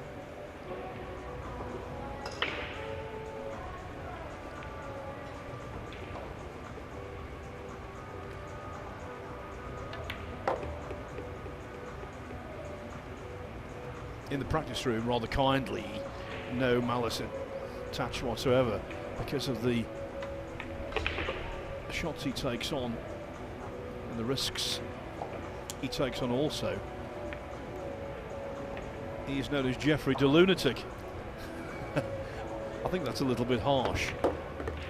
Here he needs to be sensible. I think, although it's going to be 5 each, he does look marginally the better player to me right now. Yeah, I agree. I mean, he made a few mistakes, but then also not a whole lot has run well for him in this match as far as those 50-50 things. I'll tell you a player I see over here, he's just right in front of us, spending a lot of time at the table and looks very good doing it, is Oscar Dominguez. Can we get a score there? I will tell you. Let me give you Ko Pin-Yi 5-2 on Nathaniel Islam. Gary Wilson 4-3 on Nick Malai. All of these are second round matches. Eureka, Ko Ping Chung has won a rack against Bernie Regalario. It's 5-1 to the Filipino. Dennis Ocolio, night and day from one match to the next. He's now 7-0 up on Win Doug Day. Roland Garcia 4-1 on Win Hong Fong. Tyler Steyer of the USA 2-0 up on Marcus Martin. BJ Ussery and John Vicedo 6 each. Max Lechner 5-2 on Chan Keng Kwang. Herson Martinez 3-0 on Jundel Mazion. Chang Yulong 4-3 over Lee Van Kuen. Oscar Dominguez, as Jeremy suspected, is having the best of it on table 8 against Kim Soo Garmak. 4-1 there for Dominguez. Imran Majid 3-2 on Go Chin. And still DeLuna just can't catch a break. Almost like I said, those 50-50 balls. And now a break shot looked very good. Looked like the cue ball was going to come open, but I think he snookered.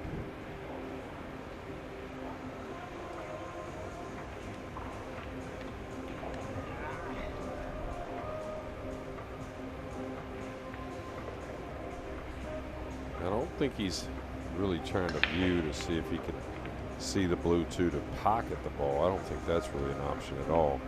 I think he's seeing what kind of options he has on the safety off his right side of the two.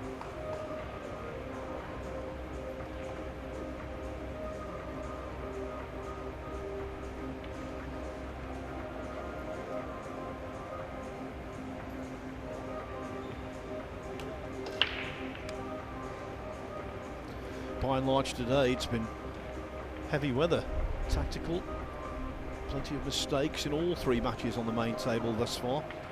Not many break and run outs, but intriguing nevertheless.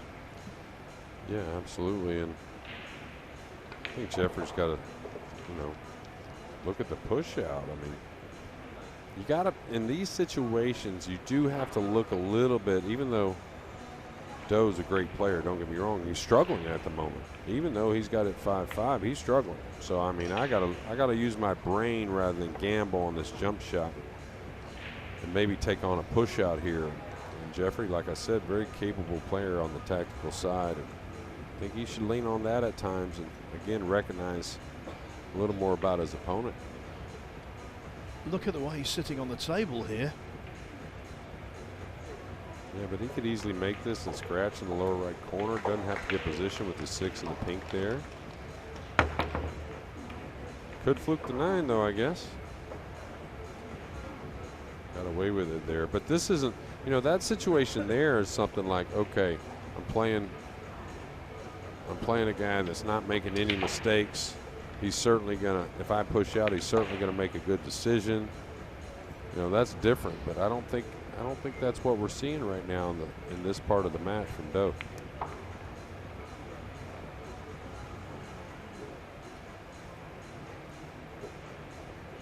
And it's a big mistake that a lot of players make, you know, and it's almost like you have to go through it. I used to make the same mistakes that, you know, you say to yourself, oh no, if this is a situation, it's cut and dry, I got to shoot at it, there's no doubt about it, and I just don't think that's the case. I think he narrowly got position here on the red 3. It was close to getting snookered, but I think he's okay.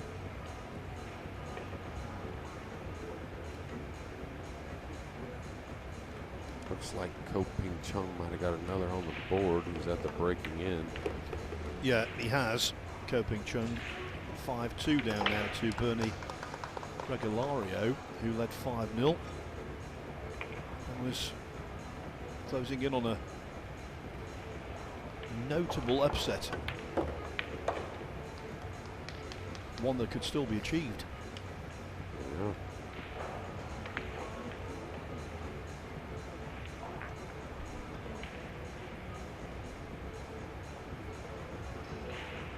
Got a little straight here. So here you make the decision, you know, am I going to get beyond the 6 to get natural from the 6 to the 7, or I just lay up to get to play the angle and move the cue ball up the table and back down? Like right here, you don't want to get in the gray area, like really not much angle. Good thing about sides when the ball's close is you can cheat it a little bit, you know, to kind of create more of the angle you want. You can see he's not too happy with it. And like I said, he maybe should have just laid the cue ball up a little more, you know, shorter of the 6 to make easy movement on the cue ball.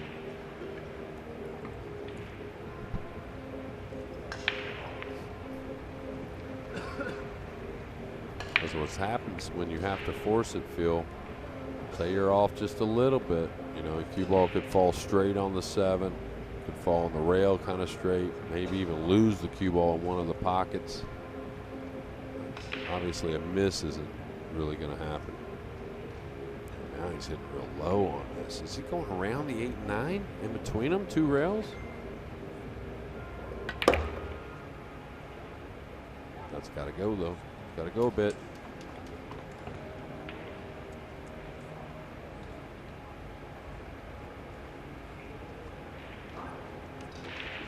Well, you don't want to roll this one light. You certainly don't want to play it with a ton of right English. I think he's got a little concern here still. This is pretty treacherous. Drove the butt of the cue into the carpet there.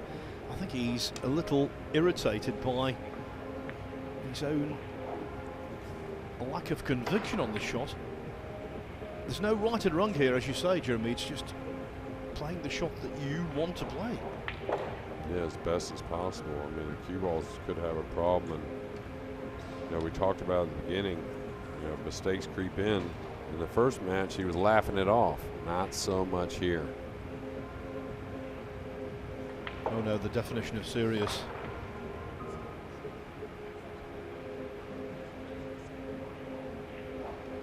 I think he's got to simplify it. Take a chance, maybe even go into the 8 with the cue ball. Oh, he hit it nice and light. Really good. One of his best, softer shots of the day.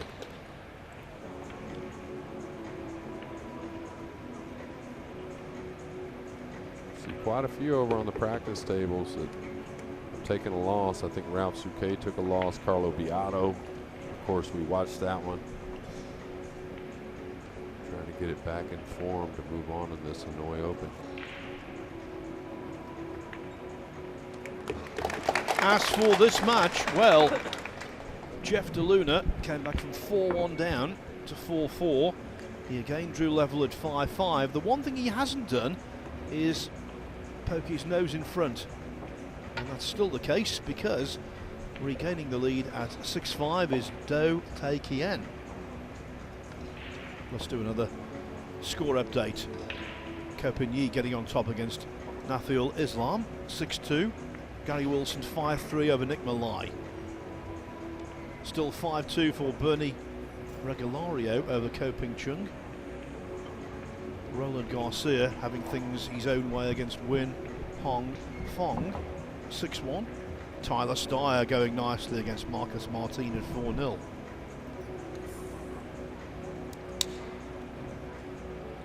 John Vicedo of the Philippines now 7-6 up on BJ Usuri. Max Lechner 6-2 on Chan Keng Kwang. Herson Martinez, good player he is, 4-0 on Jundel Mazon. Chang Yulong 5-4 over Lee Van Quen. Oscar Dominguez improving he is. That scoreline now 5-1 over Kim Su Garmak, and Imran Majid and the Go Chin locked together at 3-3.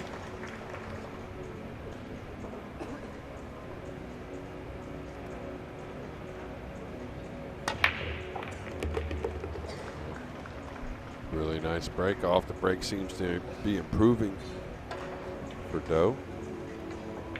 A really good look at the blue two, which is what really Jeffrey has missed the entire match. Whether it's been a dry break or when he's made balls, really not come away with much. That's how they go. So when it's on, kind of your side, those extra looks, you got to take advantage. I don't really think he has to do much here. Pocket this ball, maybe has to come across. The 3 does play, but you can see the first 4 right there with the 2, 3, 4, 5. I just can't believe it. It's almost like a finish line shot, it feels like, in this match to get up 2 games late. I think his expression there says it all. Another ball which should have been deposited.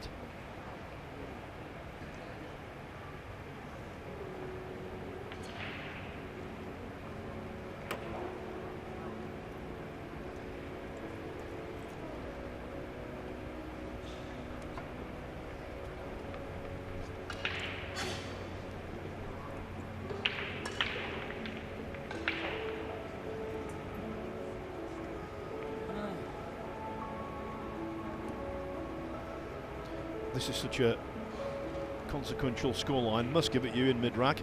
Bernie Regalario now leads Ko Ping Chung 6-2. These Filipinos. Strength in depth off the charts. Well, you ought to see how young he looks. He's straight over there, trying to point him out to you. Would remind you a lot of Anton Raga a little bit. Oh, what a shot there from Jeffrey. Needs a little bump on the 3. He's going to run near the rail, and maybe it'll play like a cross corner bank with a hair speed here, trying to hold the cue ball behind the 9 while he does pocket the bank, hold position on the pink. Kind of opened the match with this similar shot, if you remember. Don't want it to be over the pocket, though.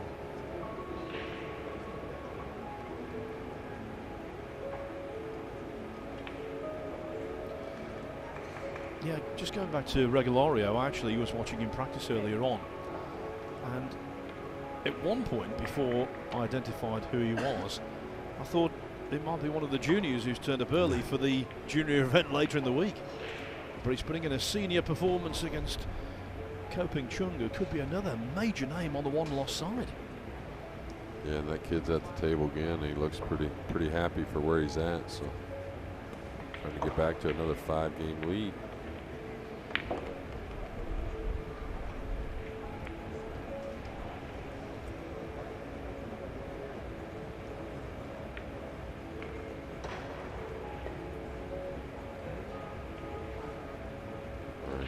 with a jump. Not really trying to dig on the ball too much. He'd love to just bury this and then play safe on the pink. Maybe go for the cut shot on the pink. Now Jeffrey needs to glide off the right side of the 3 and come down behind the 9. He could try to go behind the 7.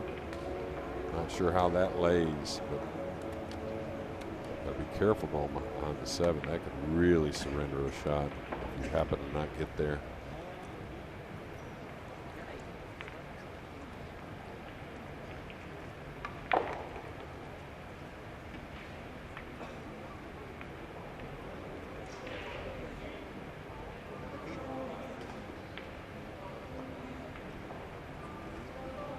That's going to be disappointing.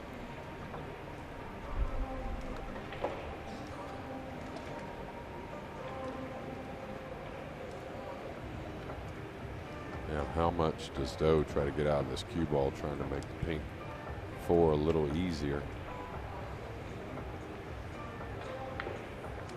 Probably not much.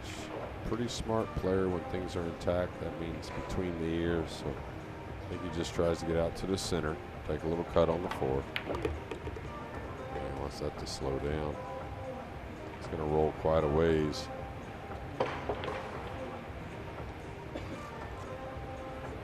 Not scared to display his emotions, is he?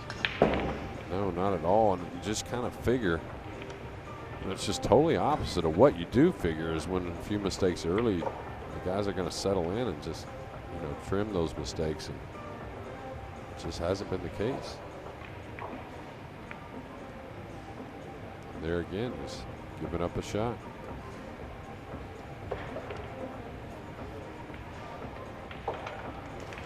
Yeah, a real battle has developed.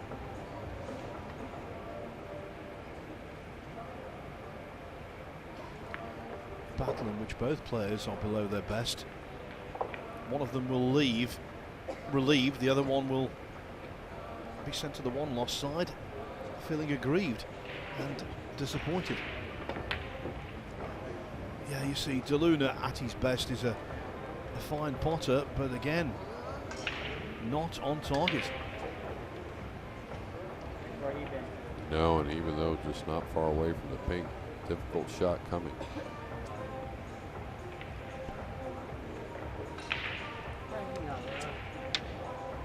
I believe Koping Jung has lost another game.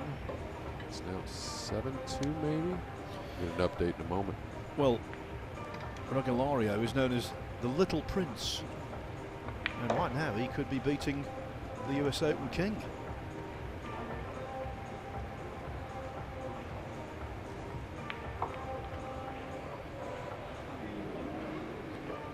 Well, it was the correct contact, but not the correct speed.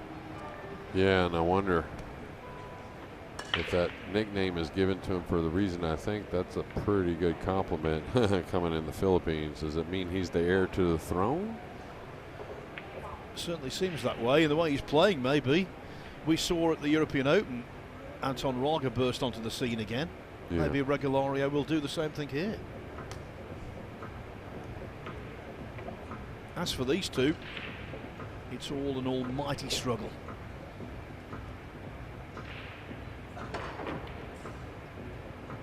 Wow, he didn't get much out of that at all. Was there a worry at getting at the pink? Was there a worry if he put speed, he might get into the brown and have a big mistake?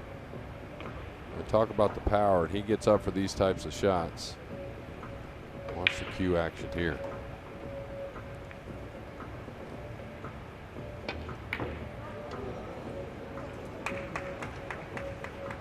And I hate to say it, you know, it's probably incorrect.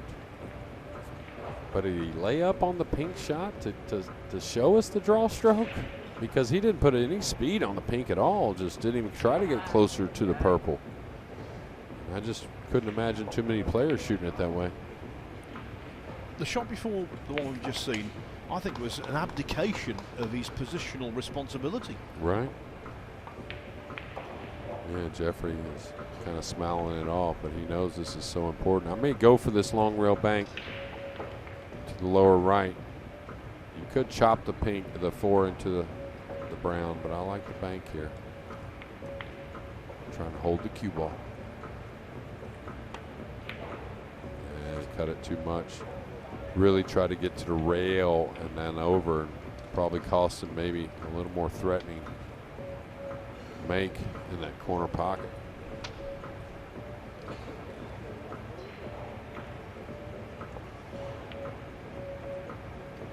The ironic smile we saw a lot this morning when he won his first match against a fellow countryman. Do The Kien is back on the face of Do The Kien.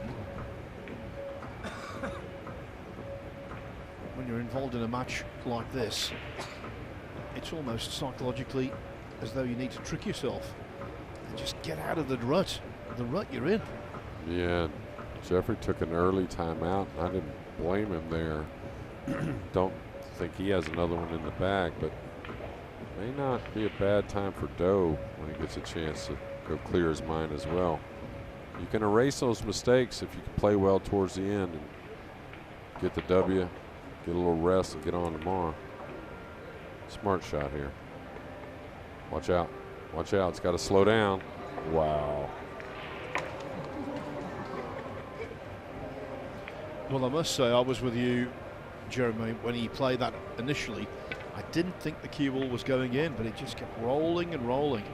This overhead view might give us a good idea. It was heading towards that left-hand jaw, and in the end it almost grazed the right-hand jaw. I think that definitely moved. Yeah. I really don't think it's the table. We over there, there's a little air conditioning blowing. And of course, we have to have the AC. But it's been something consistent, a little bit to the right, it seems. Yeah, as we're looking, definitely a lot of shots are just moving. It's only fractionally, but that's all you need. Fractionally left to right. And the reason why you notice is it's always the last foot or two. It's not really the entire shot. It's as the cue ball's starting to lose a little pace. Yeah, and I think the cue ball of DeLuna was definitely affected there. And it could have major implications because now Do The Kien should take a 2-rack lead.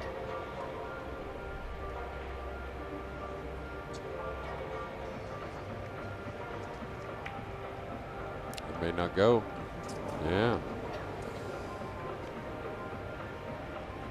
Here in Vietnam, it's only day 2, but you're not going to be able to slide the ball in like you would expect. I mean, this ball is going to bounce. It's going to grab a little more moisture.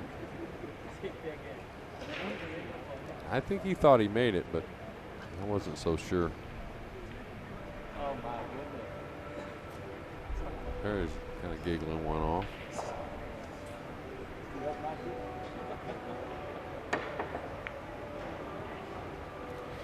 Not a laughing matter. It certainly wouldn't be if he was involved in a major match at the Moscone Cup and everything depended on it.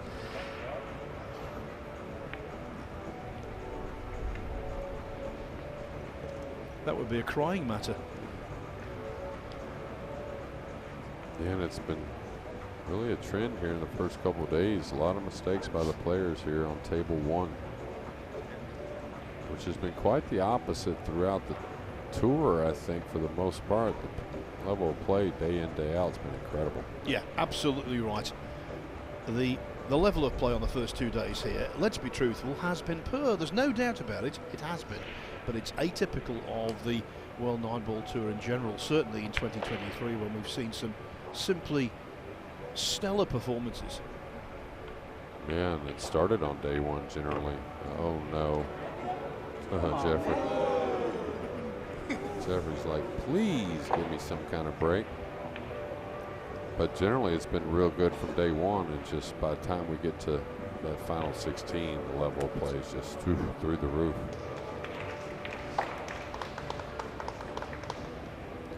So we'll see.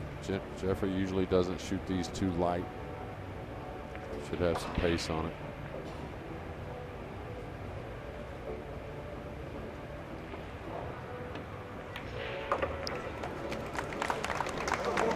Given the circumstances, given the scoreline, that was arguably the best shot of the match so far, completed by Jeffrey DeLuna. So, for the third time, he's back on level terms. It was 4-4, it was 5-5, and now it is 6-6. How about this for a score? Bernie Regalario on the hill against Ko Ping Chung at 8-2. Gary Wilson looking good against Nick Malai at 7-3. Ko Ping Chung's older brother, Ko Ping Yi, he's on the hill against Nathil Islam at 8-2. Roland Garcia 6-2 over Win Hong Fong. Tyler Steyer under a lot of pressure here in terms of trying to do very well in the tournament as of right, then also furthering his Moscone Cup claims, which I personally believe are very, very powerful. He's 6-1 up on Marcus Martin.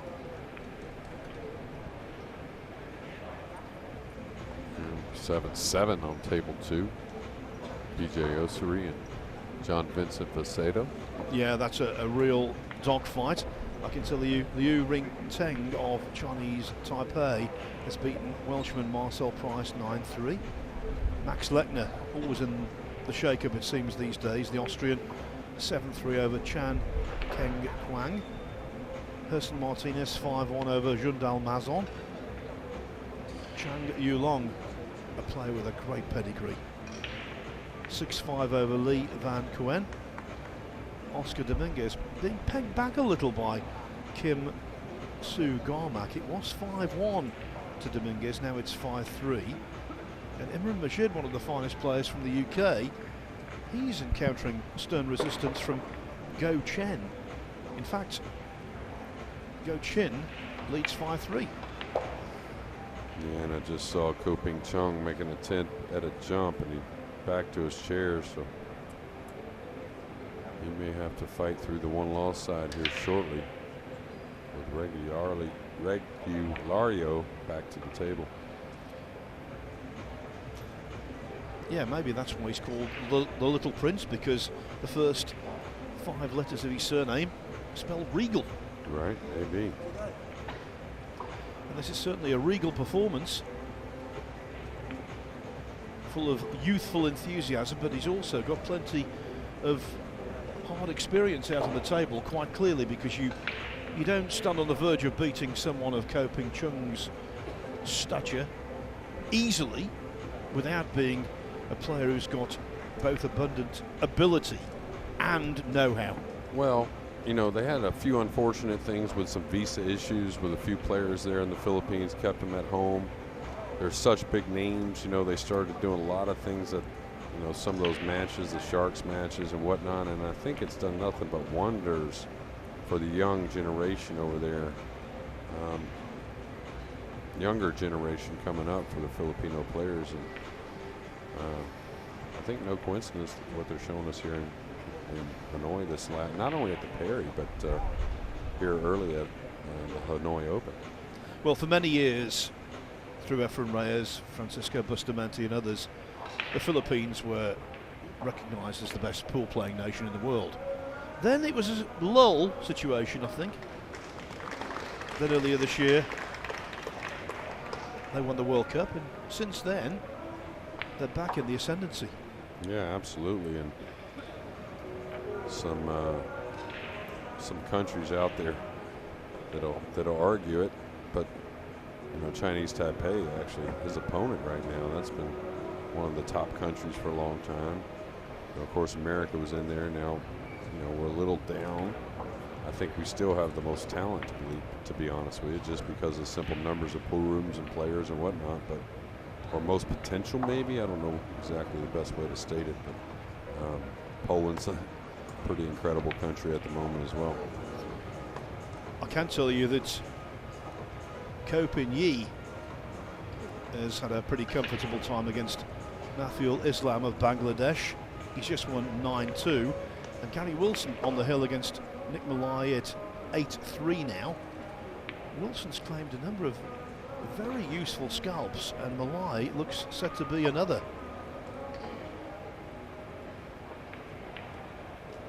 Roland Garcia moving towards victory, 7-2 upon Win Huang Fong.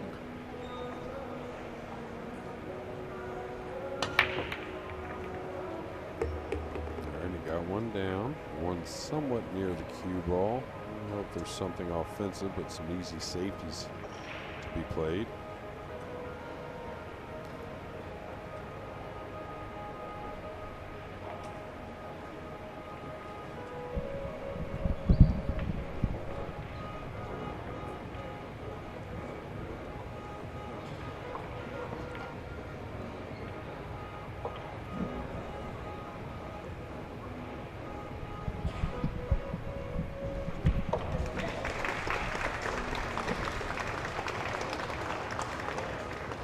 I think that applause right there will tell you that Ko Ping Chung, our reigning U.S. Open champion, has gone to the one-loss side now.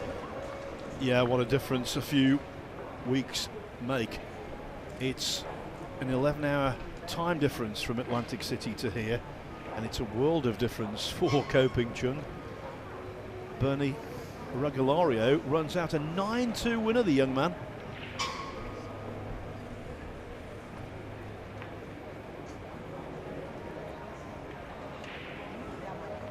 Oh, here the cue ball on the precipice, on the very lip of the pocket.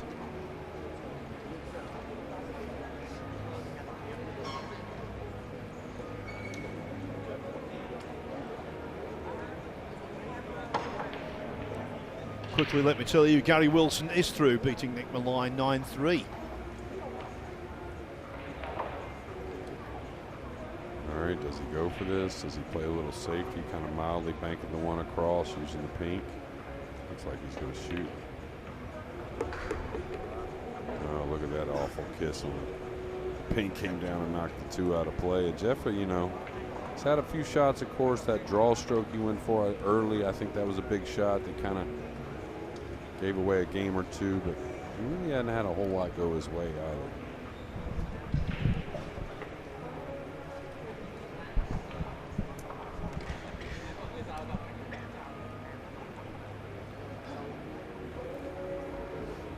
He's got an edge on the blue too. He knows there's not a whole lot there though.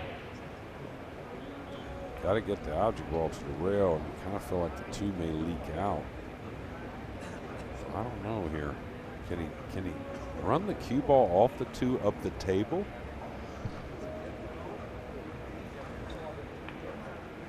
Off a couple cushions maybe? Kind of chipping the two towards the pink. Just trying to get through this shot without giving up something offensive.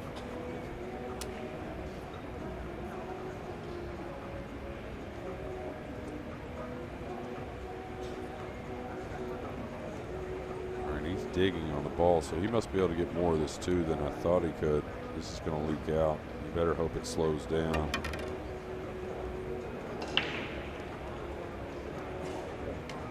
Now this isn't going to be easy because I'm not so sure the three goes in the side. Now if it goes in the side, it's okay, but he's got to elevate the cue a little bit.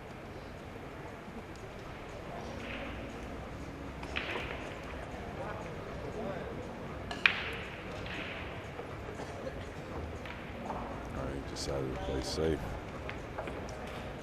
I think given the environment of the match, that was a sensible play. Yeah, and he's not feeling it right now. He's missed some shots coming down the stretch here. And I tell you, I think we're going to see a little more of that the way these tables are playing. I know it's hard to do, but you got to kind of forget about the pockets being smaller. This match started out as a race to 9, that's the correct terminology. Also, you could say best of 17. Now it's been distilled to a best of 5. So all mistakes, all excellent shots, their importance is being multiplied. Yeah, and you wonder what Jeffrey's thinking. He's looking to tie a ball up here with everything kind of open. The only one that I can really see that's effective is kind of moving the 9 on top of the 5, which is on the bottom cushion.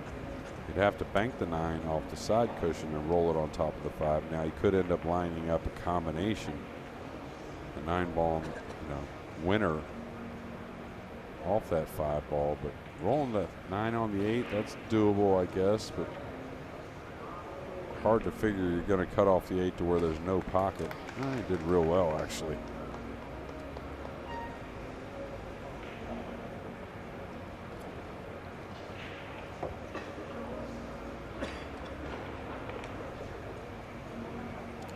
Still haven't heard any confirmation about Efren Reyes maybe coming here to Hanoi midweek. That'd be about like that Prince of Brunei coming in. There'd probably be about 400 or 500 following him in.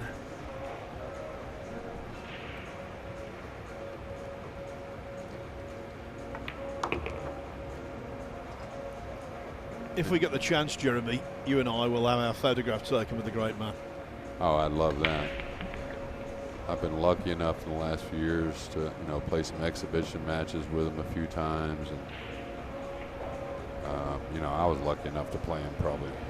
I don't know how much one pocket I played with him. Trying to learn, and of course donate a few dollars back in the day, and then so many matches through the years. Me and Johnny Archer played some doubles matches against him and Bustamante there in the Philippines back in the day, and that was incredible. Just and I'll tell you what, he's one heck of a competitor, but he understands respect, and I feel fortunate to have gotten some of his at times. And don't get me wrong, the first time I beat him, he didn't really want to talk to me for about a month, and maybe he acted like I wasn't there and walk on by because he didn't like to lose, but he was just a great guy. He's gonna do something with the 8 and 9 here.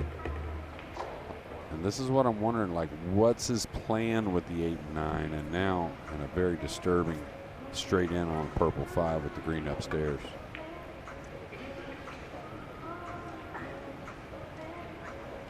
Thought he may try and get into it there, but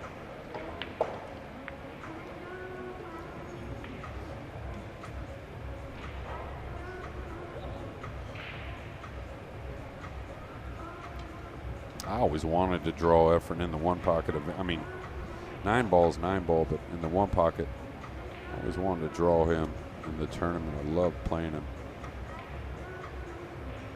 Trying to figure out how to defend against that guy.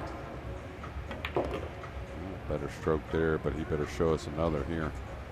A lot of work. I don't even think he can go for this. He's got to cross bank this and trying to bring the cue ball one rail behind the 8-9. I think this is not a percentage play at all attacking here. Not saying it's not doable. I think he's just up against it. Because you just don't have a ton of angle to come 2 rails below the 8.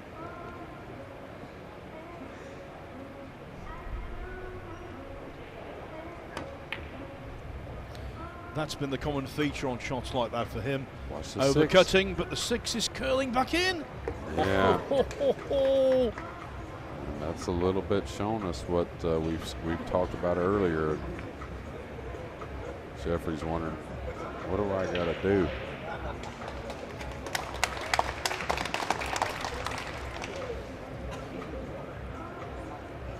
Now look at the 6 here. Off the cushion there. No way it was going in. But just past the middle pocket, it took a right-hand turn. Yeah, don't think anything bad about these tables because they're great. That's the air con blowing that. Trying to figure out how to remedy that. Sometimes it's a process. I think he left an edge here. Maybe not.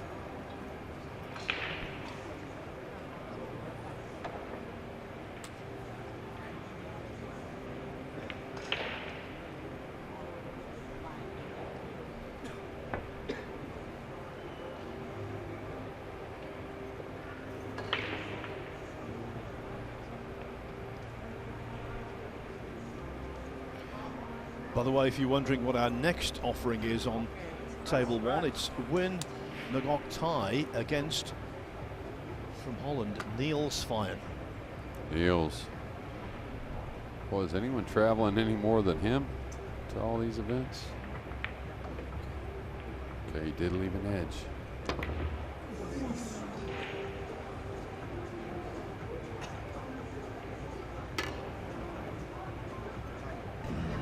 Okay. Talk about this shot all the time when the ball's on the rail. If you have a choice, you'd better to not try and come backwards with the cue ball if you have a choice. And the choice is there now. He could roll this in to stay above the side or come back. This one comes off the rail pretty easily.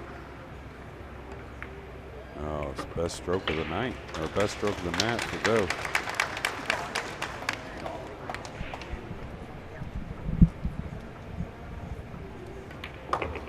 Certainly the best stroke of the, well, local time, late afternoon. And it might be a little too late for Jeffrey DeLuna, we will see. Oh yeah, he's feeling very disappointed about that. You see, he keeps trying to knock on the door, keeps trying to go in front, and on each occasion he's thwarted. The one thing he can't do, edge into the lead. Once more, that goes to Do The Kien. This time it's 7-6, 2 more racks needed for the Vietnamese player to defeat his Filipino opposition. PJ Ussery and John Vasedo, hill, 8 racks each. Roland Garcia on the hill, 8-3 up on Win Hong Fong. Tyler Stye looking good, 6-2 on Marcus Martin.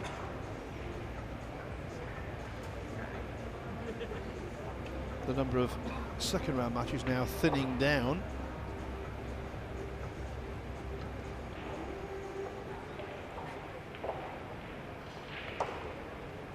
Still in play though, Max Lechner on the hill against Chan Keng Kwang at 8-4. Hurston Martinez 5-3 over Jundal Mazon. Chan Yulong 7-5 over Lee Van Quyen.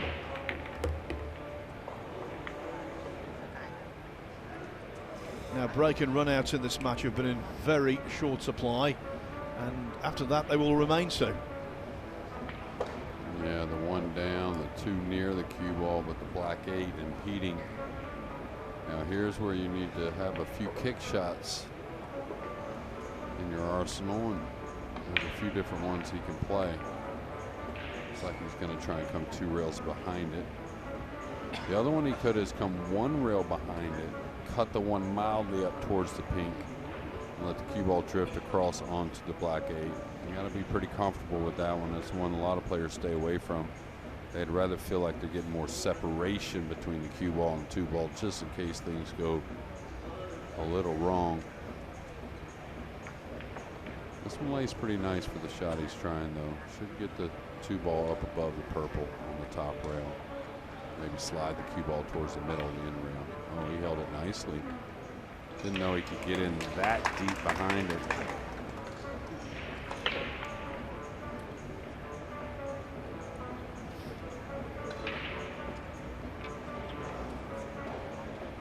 I tell you, it's been some Filipinos we talked about with some really nice wins, but it's also been some Filipinos we've talked about that have had an upset with Carlo Beato. Dennis Culo looked like he got away with one in the first round, and now Jeffrey DeLuna on the ropes a bit. Well, that's the score I was going to give you as well. Dennis Acolio from round to round, a completely changed fellow. He won his second match 9-0 in no time. Well, like I said, he was away from the big scene a little bit, hadn't got to play many of the tournaments around the world. And to be fair, even a scratch. Even all that's going on in the Philippines, it's been a lot of the other names that have gotten a lot of that limelight. Dennis has played some of those matches, of course, but when there's new ones coming along, people want to see them. Now here, that scratch could be really costly, because look at the table. All of the balls are in the open. It's the kind of layout that, under normal circumstances, Do The Kien would complete with ease, but these aren't normal circumstances. Nerves are frayed, stakes are high, the exchanges have been disjointed. Yeah, in a good position here, natural angle to come between the 8-9 off the 3. Really one of the easiest layouts we've seen in this match. Another reason why this one's kind of lingering a bit. It's been some very difficult situations. You can see the pink 4s in front of the cue ball, the 5 over the upper right corner. Little bit to address from the 5 to the 6, but for the most part, this should be a done deal here in rack number 14, and maybe takes him to the heel. Now here you play it two ways. You can come around the 7 right at the 6. Most would do that if it had a little more angle, or you could just come one rail. Just use a little speed control.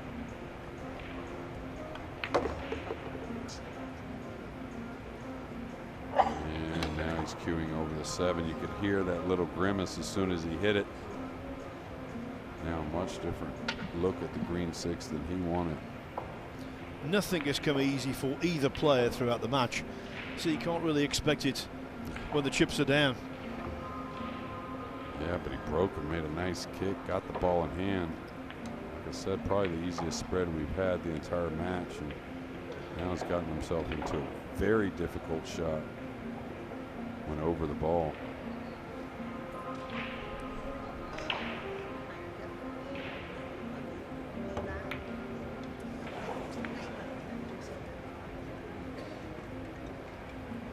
A lifeline for DeLuna.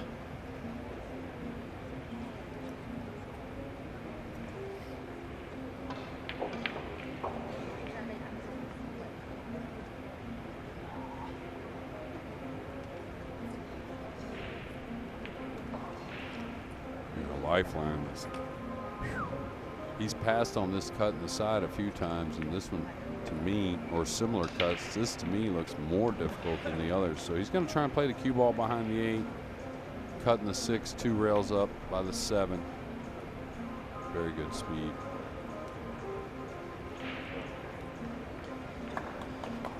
Waiting one, hoping for the mistake, and now with every chance of extracting a chance.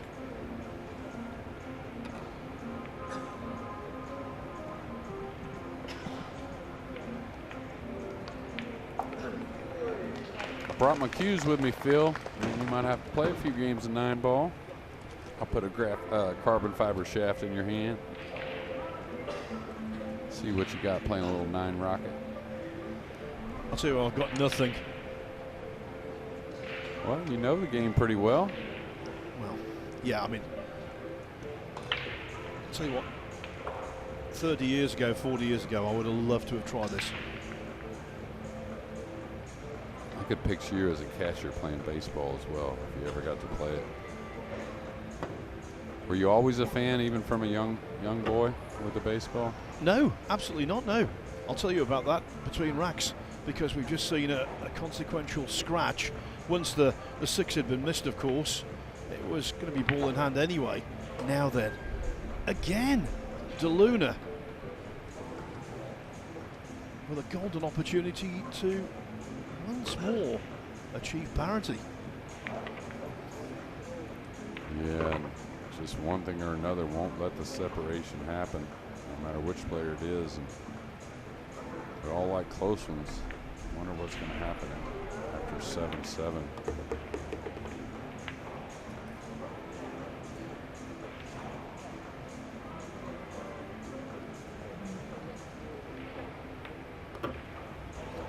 Little bit of check side on the cue ball to hold on the left-hand side of the 9.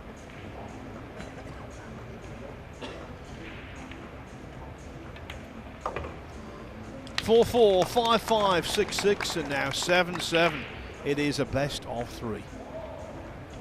No, me and baseball, basically, I remember watching it on an old channel in the UK that doesn't exist anymore called Screen Sport, and the sport baffled me. I got no idea what was going on. Then in the summer of '91, I went to see a friend of mine in Newport Beach in California. He and his wife took me to a game at the Angels, and he explained the rules. That game featured Robin Yount. It was a Milwaukee Brewers game. Pitching for the Angels, Valenzuela, who of course made his name at the Dodgers. He was over the hill then, by the way. But right. I remember that. But it was a great crowd, great atmosphere. And I was talked through the game by this friend of mine. And once I knew what was going on, then that was it. Yeah. Off I went, read over 100 books on the game, and I've been a fan ever since. Yeah, so much going on in that game that people don't realize. And any look on that table two with BJ Osiri? They were at Hill, I believe. Yeah, well, I'll give you an American scoreline. Tyler Steyer 7-2 on Marcus Martin. Gerson Martinez 6-3 over Jundel Mazion. Let's wait for this break off.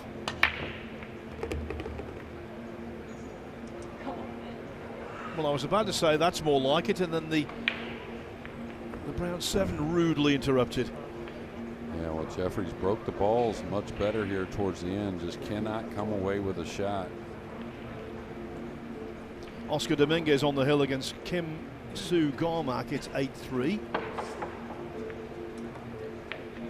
And John Vicedo of the Philippines edged BJ Usuri 9-8. So in general, it's a good session this for the Americans, but for BJ, that's a setback. Well, watch that man play, I believe, a little bit at the Perry, Vicedo, and of course another Filipino player, so they don't send any light ones.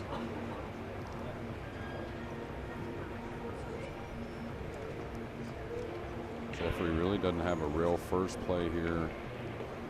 I don't think so anyways. Is that what he's looking at? Oh, he's going to play a curve shot here. Again, the 3/8's tied up. Not tied up, but like tough, right? So I just don't understand why didn't he capitalize the push out here? Why didn't, or take advantage of the push out option? Oh, he is going to push. He's going to roll out to more of a jump. Now, maybe a jump that is a tactical one. I think this is one Doe should take and just hit the 2 right in the face, bang it around. He's going to give it up quickly. And I'm surprised he didn't think about it much. I wonder if he didn't see the safety option with the jump cue, maybe just looking at trying to make it. I think Jeffrey definitely sees the safety option. Again, banging the 2 right in the face, holding the cue ball, and trying to use the 9 as the 2 moves up table. Oh, wow. Wow. Doe knows something we don't. Never expected that.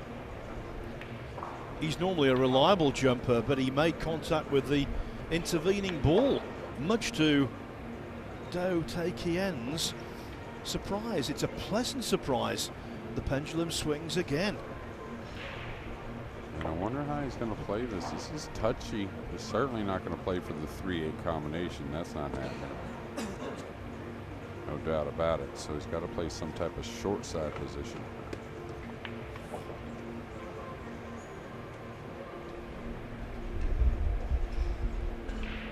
Jeffrey doing a little work on that tip. Didn't really think it was a miscue of any sort. Didn't seem like it anyways.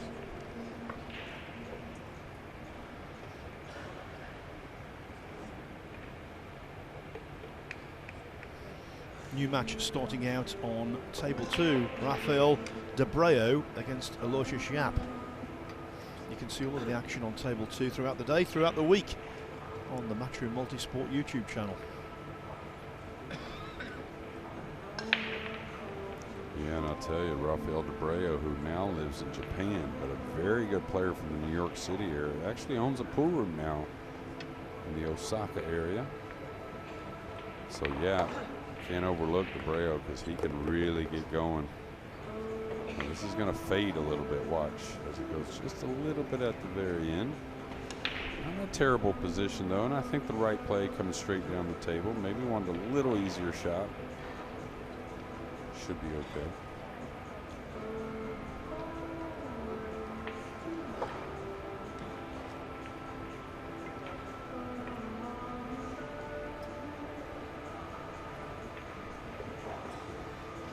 Should take this on. Kind of like a rolling ball, maybe around medium speed.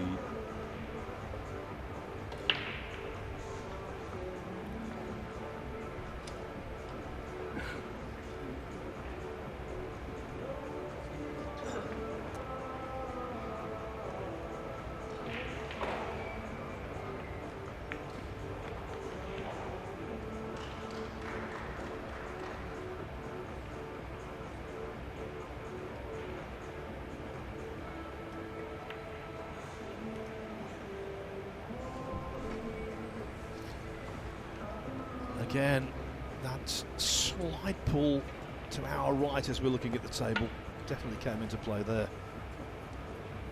Yeah, I think he may have missed it anyways to the point, but we'll never know.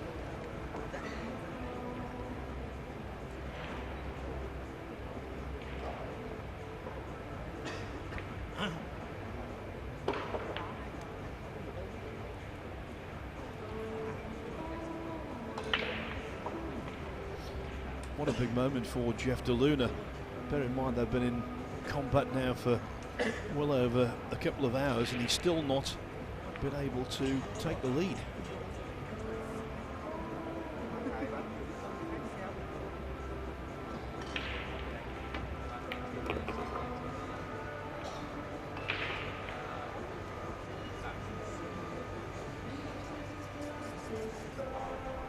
Yeah, Jeffrey just felt that air we were talking about.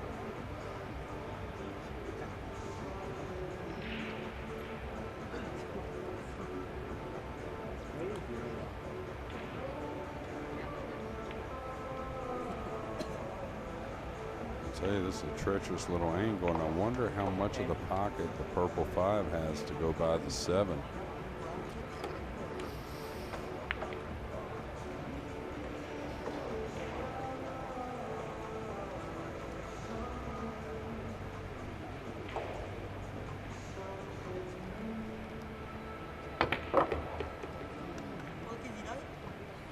I'll tell you what, we criticise Jeffrey DeLuna when he plays certain shots and they blow up in his face because they're too extravagant. So, yeah, we'll put that out there, but that was a wonderful shot to watch. Yeah, but I mean, if you look at it also, and yeah, it's simply beautiful, really, but that was a little more necessary. I mean, you know, that's where it's a big plus what he has and what he can do. It's all about, you know, what's needed a little more, and there it was. And that's where he does have a big advantage, and if he can contain that a little bit, you know, and learn how to use it a little better, I think it's not only will be more consistent when he does need it, but, you know, I realize that those little mistakes can be taken away and probably get in the winner's circle a little more often is all.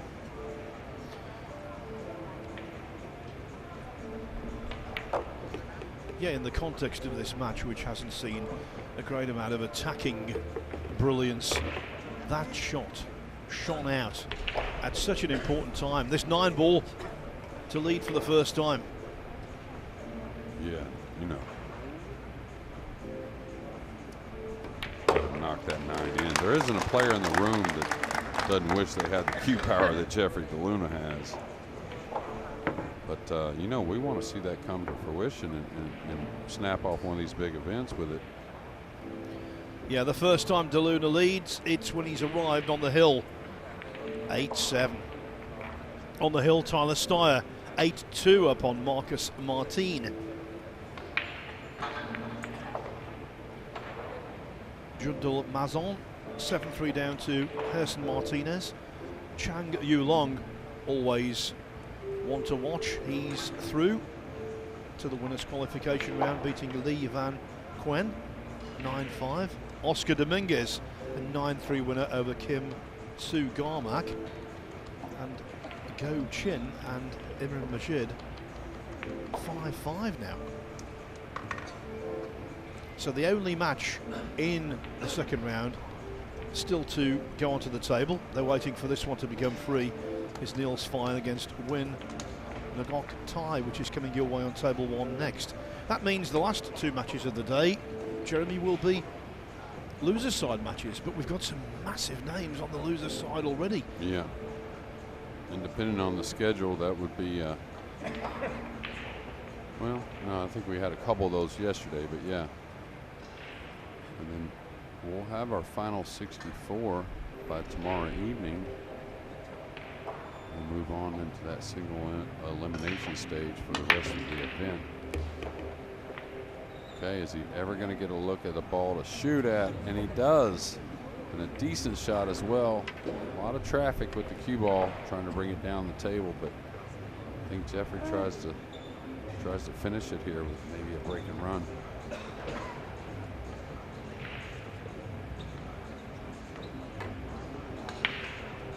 think may look a little more dangerous than it is, but I think the path between the 5-8, one rail to get on the 3 is okay. Even though there's some traffic, I think it's very natural. Looks like the line that the cue ball wants to take. He caught it. Ooh, didn't make it though, but he caught it a little thick. He's finally going to get a little roll. You can't begrudge him that. No, not at all. He hasn't gotten a shot after the break the entire match. He's broke the balls real well here towards the end. Had a bunch of dry breaks at the beginning, but yeah, he hasn't had a whole lot on the friendly side of things.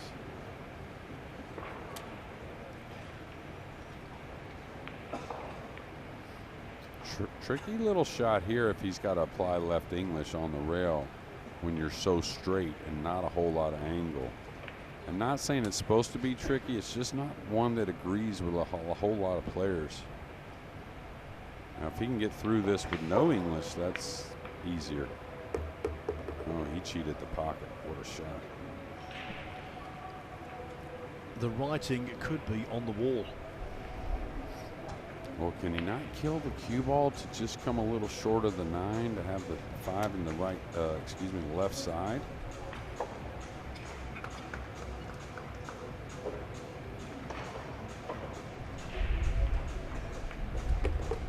He came out, so the speed better be good. It's okay. He's got such a powerful draw stroke. I think he can draw above the ground 7 and back out. Well, that tells me a lot of angle. But he does have a nice 2-rail path to go between the 9 and 7 up for the 6 on the top rail. We'll see where the tip position lies in a moment. I think top English is the shot here. The 2 rails between the 7 and 9. He may fall a little straight here and near the rail.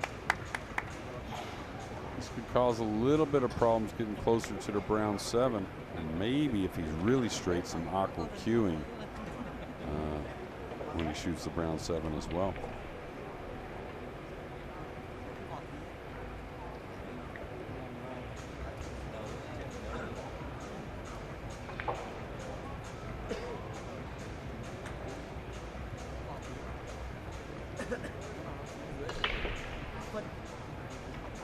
He's jacking up, so he's going to try and cheat it a little bit. Try and pound it out. Okay then, this might well be the crunch ball. This is where his power is really an advantage if he understands it. He's got enough angle to move the ball, doesn't have to blast it. Just got to hit it nice and clean, somewhere around medium.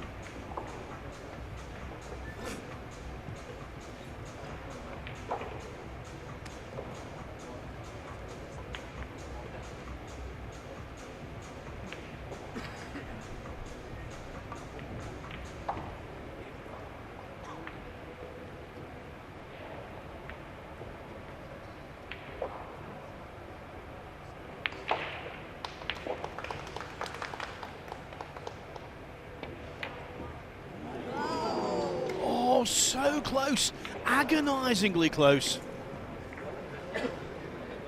And these pockets are rearing their teeth because he didn't blast it. That's what I was afraid of. He really wanted to hum it in a little bit with speed, but just barely caught the inner point, and these tables just aren't sliding.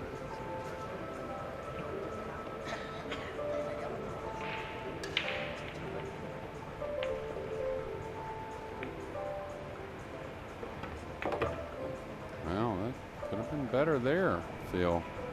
He could have cheated the pocket and gotten much better on the black 8. A little bit of a blind hole here, not the most friendly way to shoot a ball, especially when the pressure's on. I like drawing this to the top rail.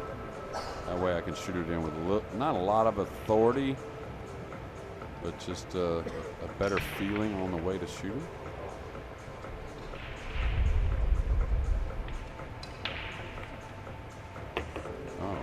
Maybe that angle fooled me because he held the ball nicely. For lengthy periods in this match, This has got Hill Hill written all over it, and it looks that way now.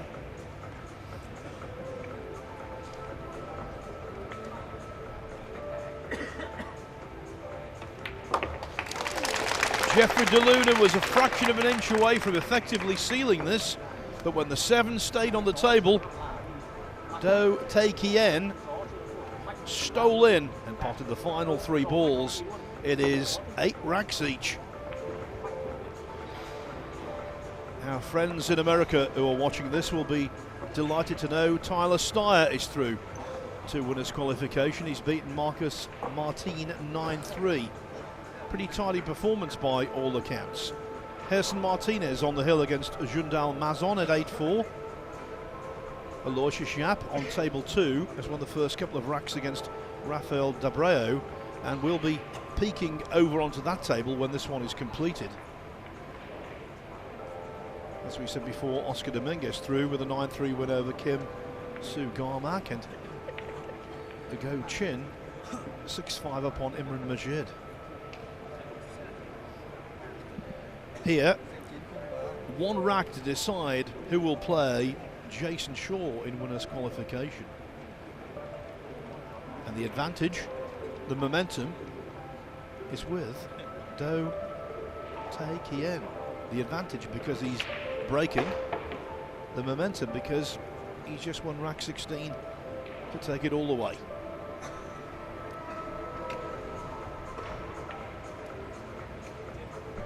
Remember the last match we did a few hours ago? It was a golden break that ended it, so watch out for a little 9-ball.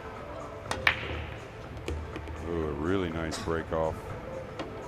It's going to get a look at the blue 2. You don't feel like it's going to be something offensive with the 3 up the table. So, like we always seem to say, when it's Hill Hill, it's rarely a break and run. Almost always both players get involved some way or another.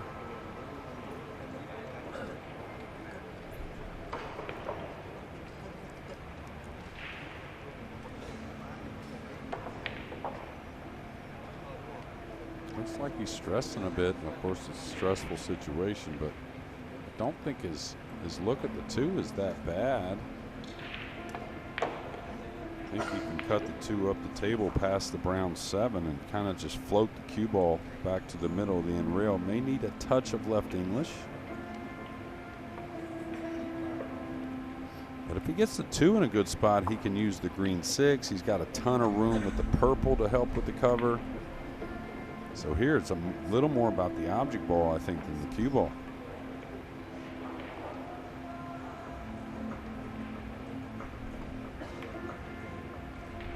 And there's that bump on the green 6, and there's that position for the blue 2. May have leaked out a little bit, but still very good execution as far as the object ball is concerned. I think that was the priority.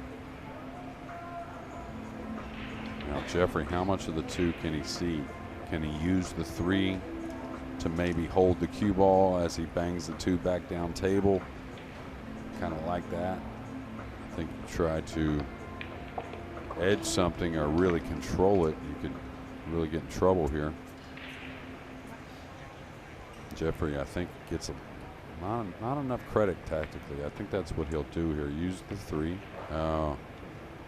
And I swear that's the second time I caught that kind of shot thin.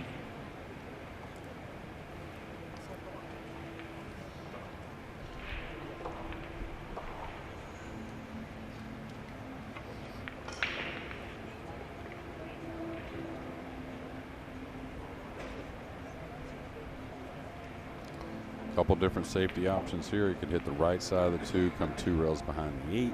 Got the 7 helping you as well. You can play off the left side, which most do, trying to get separation as well. But really hard to get the snooker, I think, off the left side. Guaranteed snooker.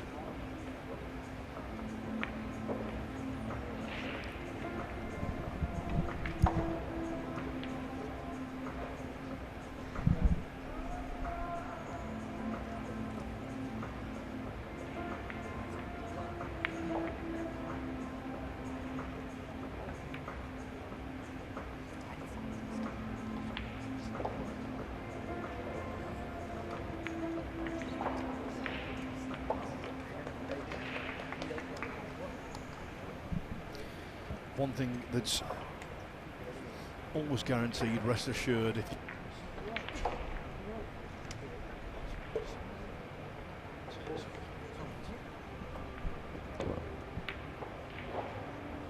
oh, great shot, Jeffrey. Great shot. With the brown 7 in the way, this is going to be a difficult hit. You may have to try and bump the 3 up on the 8, making the run out very, very difficult.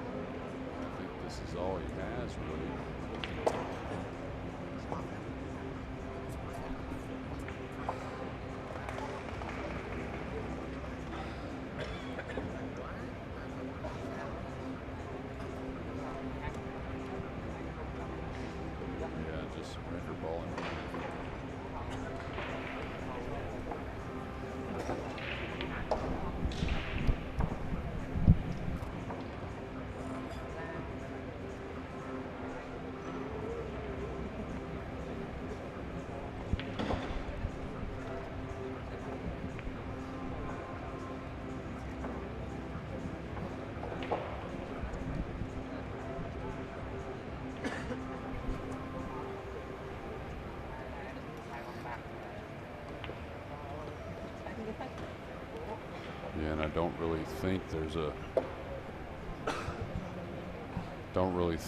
a easy safety to try and think about a 3 foul or maybe get the 2 down there. Now he's trying to size up what his opponent may do. And I'll tell you, I know it's hill, but you could open these balls up. You could play the 2 and open up the 8-3, but man, it's hill and it could be risky.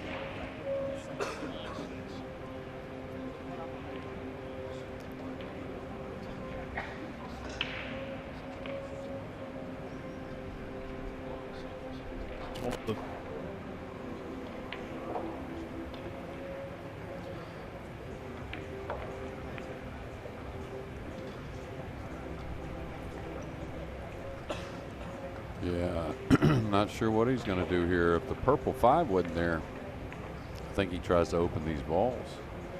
Now he could shoot the 2 in and get behind the red 3 and then bang the red 3 down table, playing safe.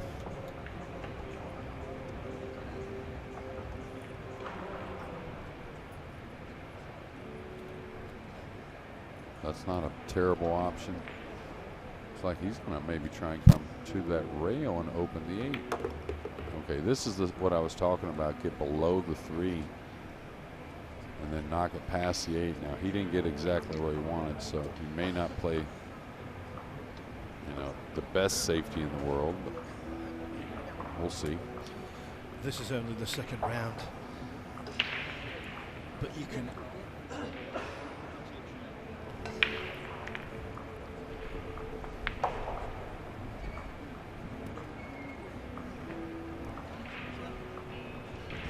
definitely cut it with a knife. That's for sure. And he wanted to get more separation from the cue ball in the 3, making the kick shot much more difficult to hit. You know, you want to try and play a little something here if you feel it, but I don't know, you can roll the ball here on the kick shot, trying to glance off the 3 and come down table. But if you get a little cute with the 5 near, you may not get a rail after contact. So I'd probably try to hit this and draw off the bottom of the 3 and knock the 3 towards the balls on the bottom end, that being the 9, 6, and 4. And hopefully my cue ball may come between the 5, 7 and back up to the top rail. So lots going on here with not much left. It's hill. around this time yesterday we saw no of Vietnam. Surprise Carlo Biardo. That was Vietnam over the Philippines. This would be less of a surprise because Do The Kien is much more established. Yeah, absolutely. And like I said before, I'm surprised he's going this route. Doesn't have the full ball to kick at with the 5 there. He could easily go to the rail. He's closer and almost guarantee the hit.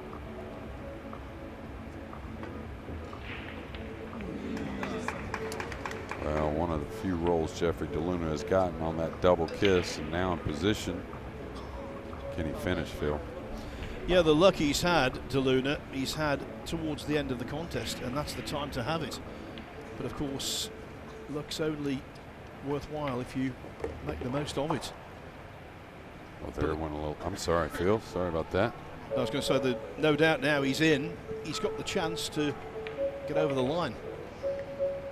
Well, you had talked about a little of that body movement he had early in the match. He actually had a little bit on that 3 ball there, so maybe feeling it a bit. But a talent like Jeffrey DeLuna, you know, if he squeezes through one of these, we talk about he's the type of talent that could win one of these if he keeps it intact, you know, between the ears. I'll tell you, could be a big moment here in Vietnam for Jeffrey. He's got to start with these last 4 balls. Probably stuns here, heavy stun, 2 cushions.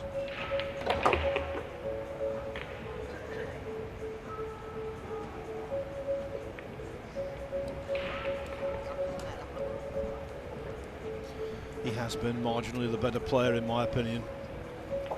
Yeah, I agree. But will that translate into victory?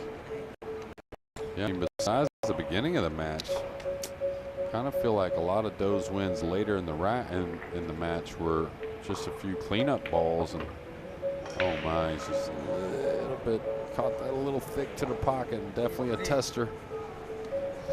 It all comes down to this. It's been a marathon contest with many twists and turns. The 9-ball, all important.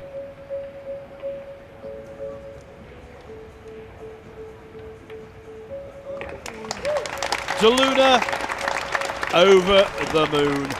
He's through 9-8. What a match that was. It wasn't the highest quality. There were plenty of mistakes from both players. Fluency was severely rationed. But in the end, it is Jeffrey DeLuna of the Philippines who comes through by 9 racks to 8 over Do The Kien.